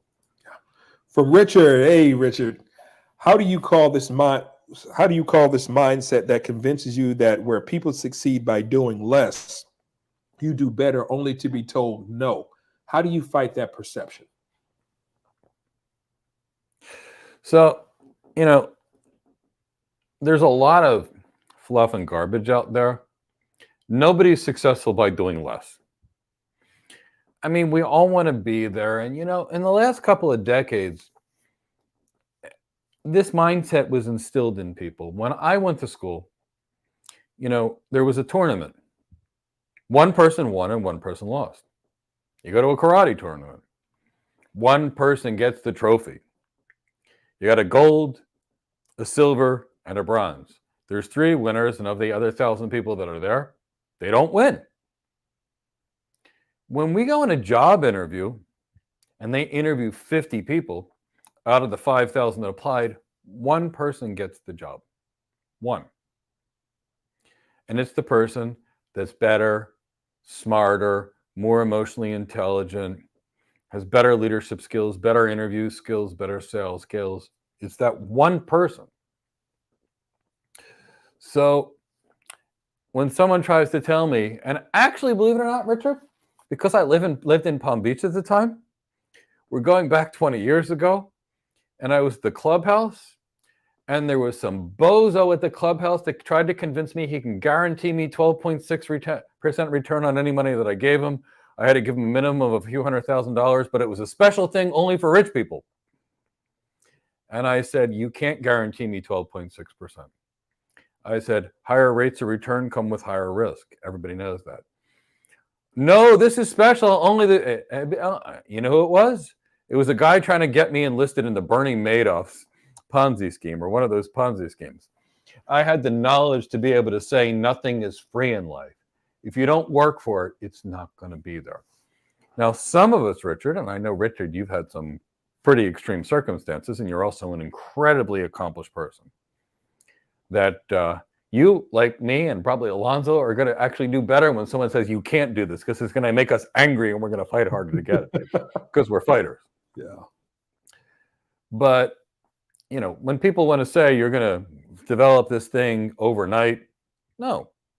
I tell people it's going to take them 8 to 12 months in our program, and it's 500 to 700 hours of work, of training materials we give them. I'm not going to say you take the 10-hour course and you're going to be there. It's not reasonable. Nothing good comes without effort. And here's the reason. In economics, we have the supply and demand curve. And, you know, you've got supply and demand on a different axis. It can be drawn in a bunch of different ways, but it always looks like an X.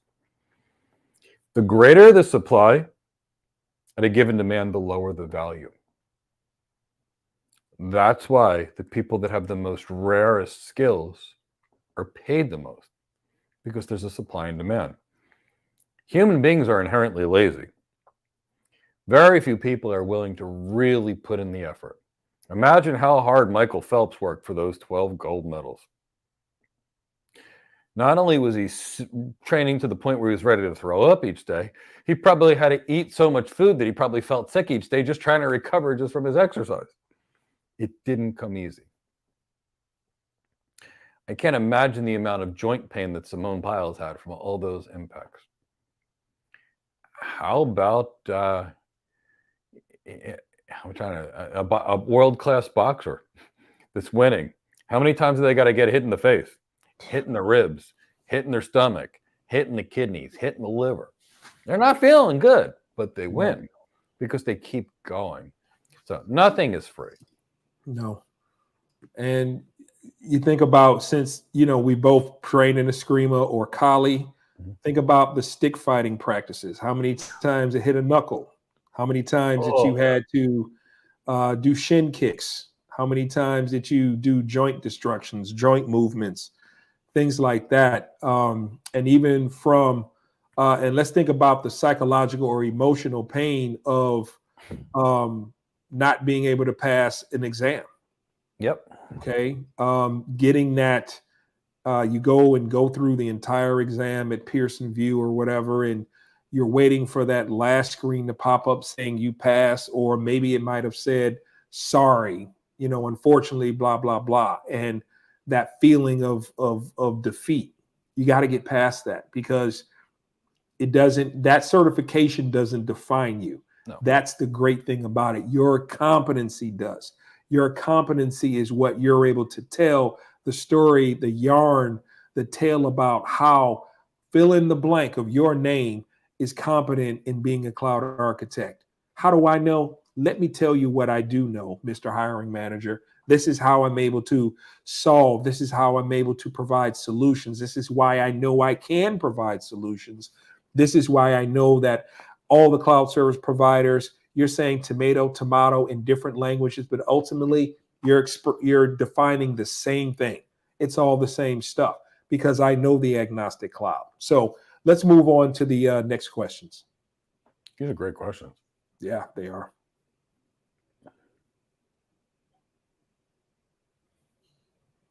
From Janot, how many certificates do I need to get hired as a cloud architect? I have zero. I have my bachelor's from Africa, and here I'm studying the cloud computing to college. But with family, school, and job every day, I want to give up because it's not easy. But I got a job as an IT support technician. Your advice will be welcome. Let's start at the first part, Chris, and let's work on that. No certificates. Yes. We've gotten people who have no high school diploma, no degree whatsoever, and no certificates, and they're still capable and they got the job. How did they get it? Because they're competent in the cloud. And this is one of the examples that I tell our students as well, is that you have a loved one that needs really good care from a very good physician. You have one, he or she's got certificates stacked all the way to the ceiling. They don't say a word to you. They just shove the entire pile of what they know how to do in front of your face, versus someone who will talk about what the game plan strategy is, about the prognosis, the diagnosis, the protocol of care, what type of location do they need to get well, who's the doctor that's going to be involved in the care, when is the care going to happen and for how long, and what the ultimate understanding of what that bell curve is about starting here, seeing the success and the downplay of any illnesses that they have for a total recovery. When someone like that can communicate what's going to happen, when, where, and how, who's going to be involved, what the possible options are, and everything else, I'm going to pick that person every day. And that's the same thing with a cloud architect or an enterprise architect. Cloud architect understands the agnostic cloud. Enterprise architect understands the framework of things like TOGAF and looking at certain scenarios like that. When you're able to tell me these type of frameworks and what's going to be expected moving forward and how you're able to provide value, you're going to be the one that they're going to hire. So could we move on to the next question, Chris? No, I don't want to move on yet. Okay, please. So, Jenna, first I want you to download the guide. How to get your first cloud architect job. First, it's that. Mm-hmm. Secondly, I want to make it very clear to you, there is 0 certifications in the world that will ever teach you cloud architecture. Yep. And I'm also going to make this clear. If anybody has more than 3 certificates on a resume, I won't even waste my time interviewing them. And I definitely won't hire them because their focus is not there. Here's the reason there are no certificates that will ever teach you anything related to being a cloud architect. Here's what we must do with an architect. The first thing we need to do is work with the client to figure out what the vision of their actual business is. It's called the architecture business. How do they want the business to operate in the future? Guess what? There are no certifications that cover that. The next thing we need to do is understand how the business operates. It's called the business architecture. How does sales occur in the business? How does marketing occur in the business? How does finance occur? How is the product made? What's the supply chain look like? That's called the current business architecture. That is not covered in any certification in the entire world, but we must do that. Now we must understand the current business architecture so then we can design the future state of the business. Meaning, how do we want the business to operate in the future based upon the company's vision for the future? Where do they want their company 10 years from now? Next, after that, we need to figure out what is their data architecture, because data is an asset. What do they want to do with their data? Where is their data? Who needs to access the data? Is it going to be kept in one location? Does it need to be accessed across the world?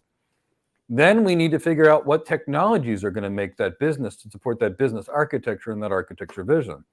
Now that's not just cloud technologies, and it's not going to be anything that half of it's not going to be coming from the cloud provider. Now, since 98% of organizations are multi-cloud, all that stuff that they teach in a certification like the Certified Solution Architect Professional becomes irrelevant. We can no longer use DynamoDB or Amazon Aurora or Elastic Compute Servers or any of that stuff because it's proprietary and it doesn't work multi-cloud. We're also going to need to negotiate with vendors such as security vendors like Palo Alto or Fortinet or Checkpoint. We're going to be dealing with GPU vendors like NVIDIA and other artificial intelligence organizations. And all that vendor management and stakeholder management to design the technology in a manner that's going to improve business performance. Now, they don't teach you anything about designing technology in any certification. They teach you how to configure it, which we architects don't do. Now, we've got to go determine what the governance is of the organization. Which people are going to be key to run the architectural division, which business people need to talk, which tech people, which need to talk with executives. Now, and that's again not covered in the certification. Now we've got to document that architecture and write it up in a manner that an executive would understand because the executives are going to buy it. Again, that's not taught in any certification whatsoever. Wow. Now we got to go sell this architecture, which could be $1 billion to the company, and show them how that architecture is going to improve their business performance. And then we may need to spend the next 3 months negotiating the business deal. None of those things are covered in architecture. Now, we get people hired every day with no background as architects, every day. And whether it be an Yvonne Tamba, who was a college student, whether it be a Jordan Kitco, who was a college student, or whether it be who were hired by AWS, or whether it be a Bal Winter, who was a stay-at-home mom, who got hired by Microsoft, whether it was a Daniel Bosa, who didn't graduate high school, who's now working at JP Morgan Chase, or Jennifer Emo, who's a mental health tech working at JP Morgan Chase, or Wallace Agana, who's also an enterprise architect. We trained them and we taught them how to do all those things that we're describing. You can definitely be a cloud architect, and it's the greatest thing in the world. But you're not going to get there by learning the code or doing cloud labs or doing any of those other things. You're going to get there by studying to be an architect. Please download that free guide. That free guide is going to tell you everything that you need to know. And Janat, I want you to be wildly successful. Yeah. While you're at it, please come to the Thursday free webinar. My team will pop the link to that. And not only will you tell you every single thing that you need to learn, every one of them. You can even come face-to-face live and we'll ask you questions. I want to be sure you get that cloud architect job, and I don't want to see you wasting your time on certifications. When I've got people with too many certifications, I have to strip them off their resume to get a hiring manager to take them seriously. And I want you to get hired. I want to change your life. And I wanted you to get one of these wonderful cloud architect jobs. And I know you can do it. So please download that free guide and come to the webinar. Could you share part 2, Chris? We addressed it. Okay, just want to make sure. Okay. From John O. As a cloud architect, we are at most times required to speak to audiences. Is there a technique to overcome being nervous during interviews or when speaking publicly? Absolutely. We just covered it all day. You can meditate. You can use breathing exercises to reduce your anxiety, and you can look at the reality. John O., what if I told you the average person is more afraid to give a speech than they actually are to die? Now, how rational is that? That's what we're going through cognitive behavior therapy and examining rational versus irrational thoughts. What's the worst thing that can happen if you give a speech? Doesn't go well. Guess what? You don't die. Now, John O., we train people on how to give speeches in our program. If you're not with us, practice giving speeches. Now, you can go to Toastmasters. They're not going to get you great. I like to consider Toastmasters as like an intro to junior level speaking, but it's free and it's a great start. And I've sent many people to Toastmasters to get their start, and then I polished them up after the fact. But get used to doing it. Whatever you're afraid of, just do it. You know, I'm almost embarrassed to say this. I was always afraid of snakes. And I don't know why, but I was petrified of snakes. Maybe it's going to bite me. Maybe it's poisonous. I was afraid of nothing but snakes. Now, I have this beautiful little daughter. Her name is Cindy. She's a cat. She loves snakes, and she brings them into the house constantly. And now I have to pick up the snakes and carry them out of the house before she beheads them and then leave the pieces in my bed, which I just find absolutely gross. I am no longer afraid of snakes because I've escorted at least 30 snakes out of my house that my beautiful cat Cindy brought in. So do whatever you're afraid of, and you'll be good to go. It's a great question, though, John. And half of our life is either giving presentations or sitting in meetings. We don't touch technology as cloud architects. No. But boy, do we give speeches. And you know, John, With the right practice, you're going to look forward to giving these speeches and you're going to be excited about it. I know it sounds strange now, but I promise you will be. I used to be afraid to give them too.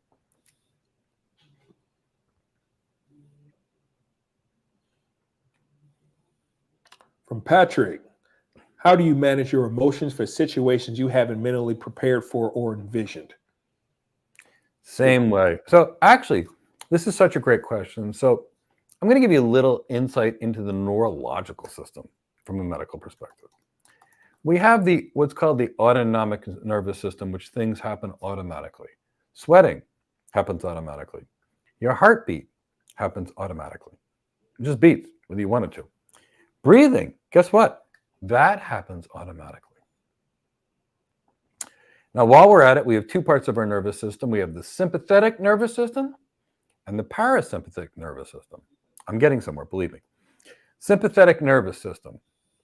When you are stressed, it constricts your blood vessels, it sends all the blood to your heart and your core and your upper quads and your legs and your chest and shoulders so you can fight.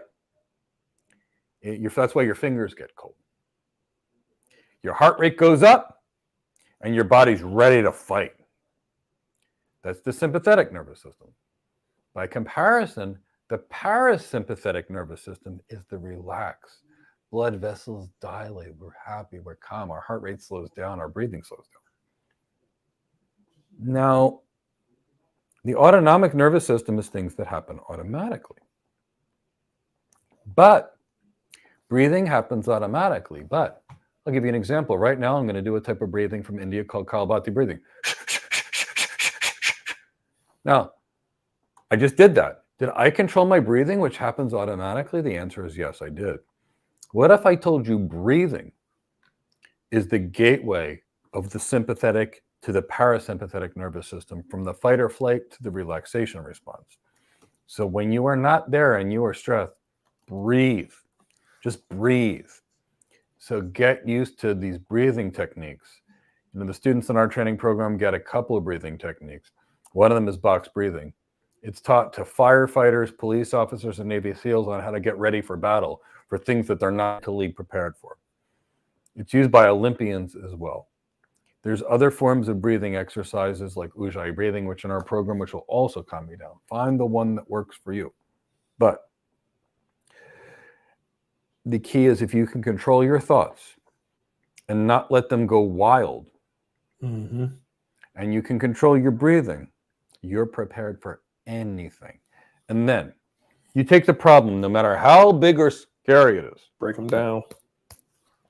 Break it down into smaller problems and then work the problem till you get a resolution. And as long as you do that, you can do anything, Patrick, and you'll always be successful in life. Yeah. Couldn't have said it better, Mike.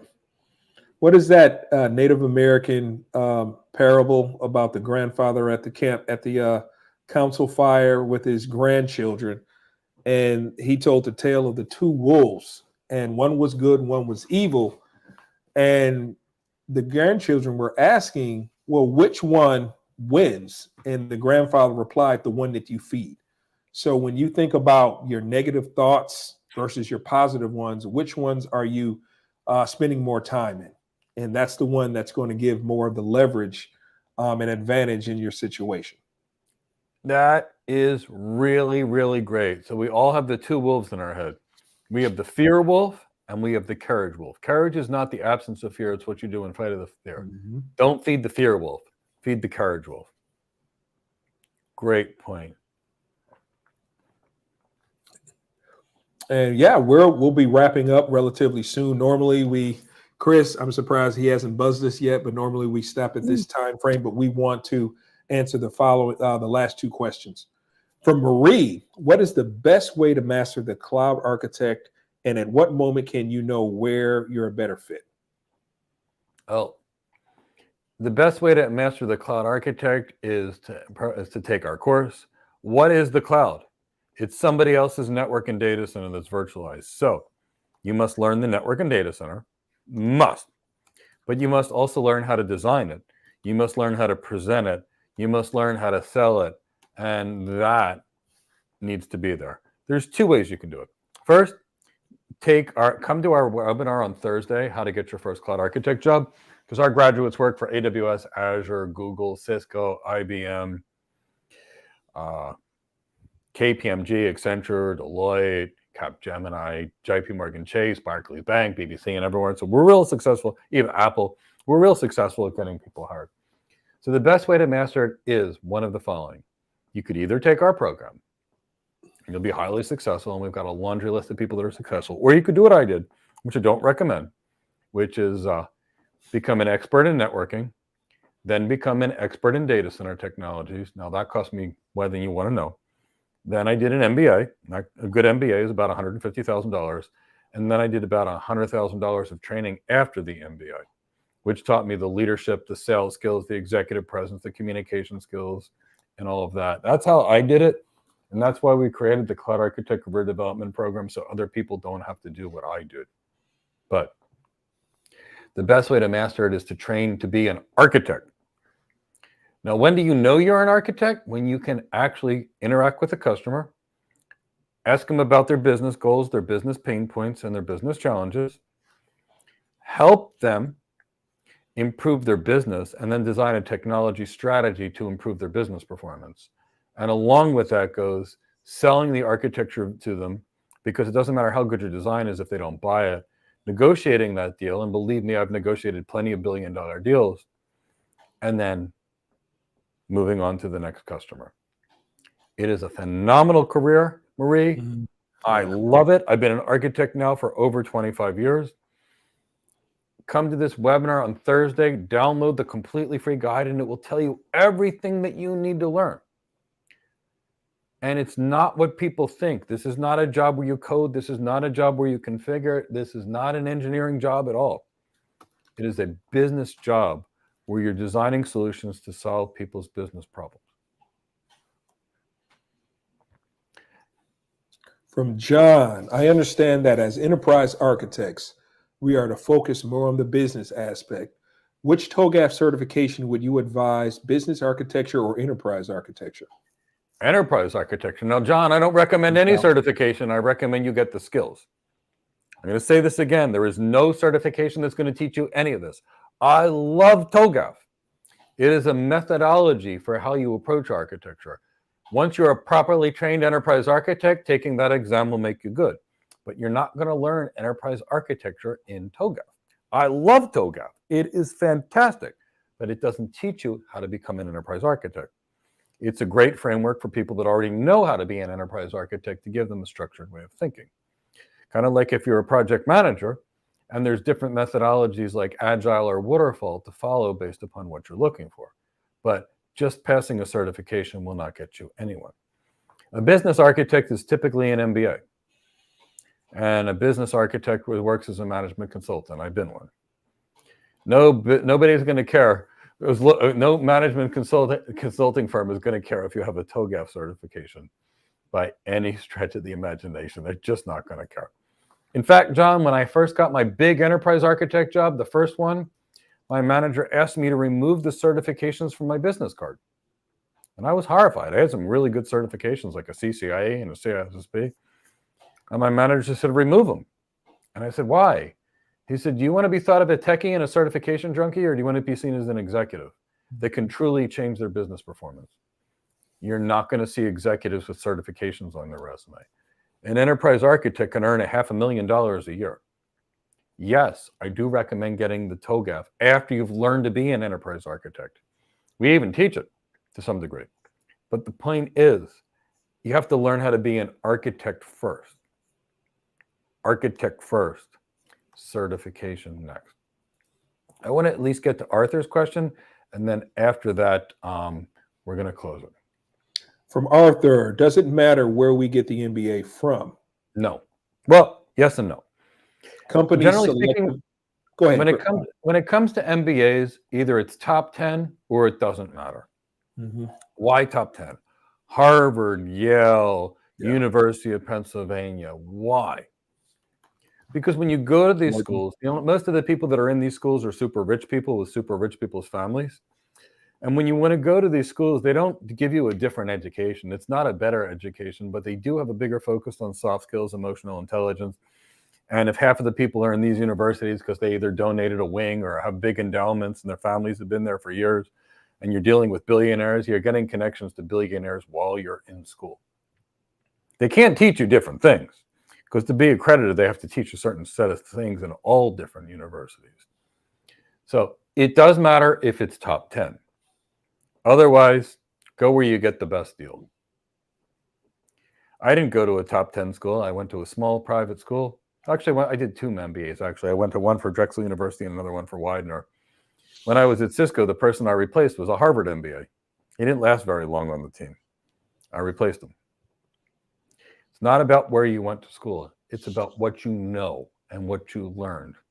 And these are all, and how good your communication skills are and your leadership skills. And guess what? I didn't learn any of them in an MBA program. I had to take a special training after the MBA program. I did learn some business acumen in the MBA program. I highly recommend it. It's a great degree to have on your resume. I like it. But it's like anything else. You can be educated by reading. I read 3 books a week, or at least I used to before I started this company, and I did so every year for about 20 years straight. Now, I don't have time to even sleep, but that's neither here nor there. So I hope you guys all had a good time tonight. I hope you guys learned something about emotional control. If you can control your mind, not only be more successful in life, you're going to be happier in life. And I want you all to have the best lives, the best careers, and I want you to live the life of your dreams and get anything you've ever desired. And I promise you, all of you can do 10 times or 20 times more than you've ever dreamed possible. Every one of you can become an elite cloud architect. Any one of you can become an enterprise architect. And you know what? A lot of you can become CIOs and CTOs and CEOs as well. You just have to follow the recipe and roadmap for success. Please download the completely free How to Get Your First Cloud Architect Job Guide. Please come to the free webinar on Thursday and take advantage of our 40% birthday discount. Don't lose this opportunity and be upset about it. It's going to go away in a few days. You know, we're celebrating my 50th birthday. We're celebrating that my incredible wife tolerated me for 27 years of marriage. A guy that worked 16-hour days and used to travel 300,000 miles a year. And, you know, take advantage of this opportunity. Change your life. Almost every day when somebody gets hired, we all do our happy dance in some way, shape, or form. I've got bad feet, so it's more of the upper body. Chris does his. Alonzo does his. We celebrate it almost every day. I want it to be you. So have a great night. Download these free guides. Take advantage of the 40% sale. And I'll see so many of you on Thursday. And if those of you guys that are my students and I see some of them, can't wait to see you in the next class. Have a great night, everybody. Take care, everyone.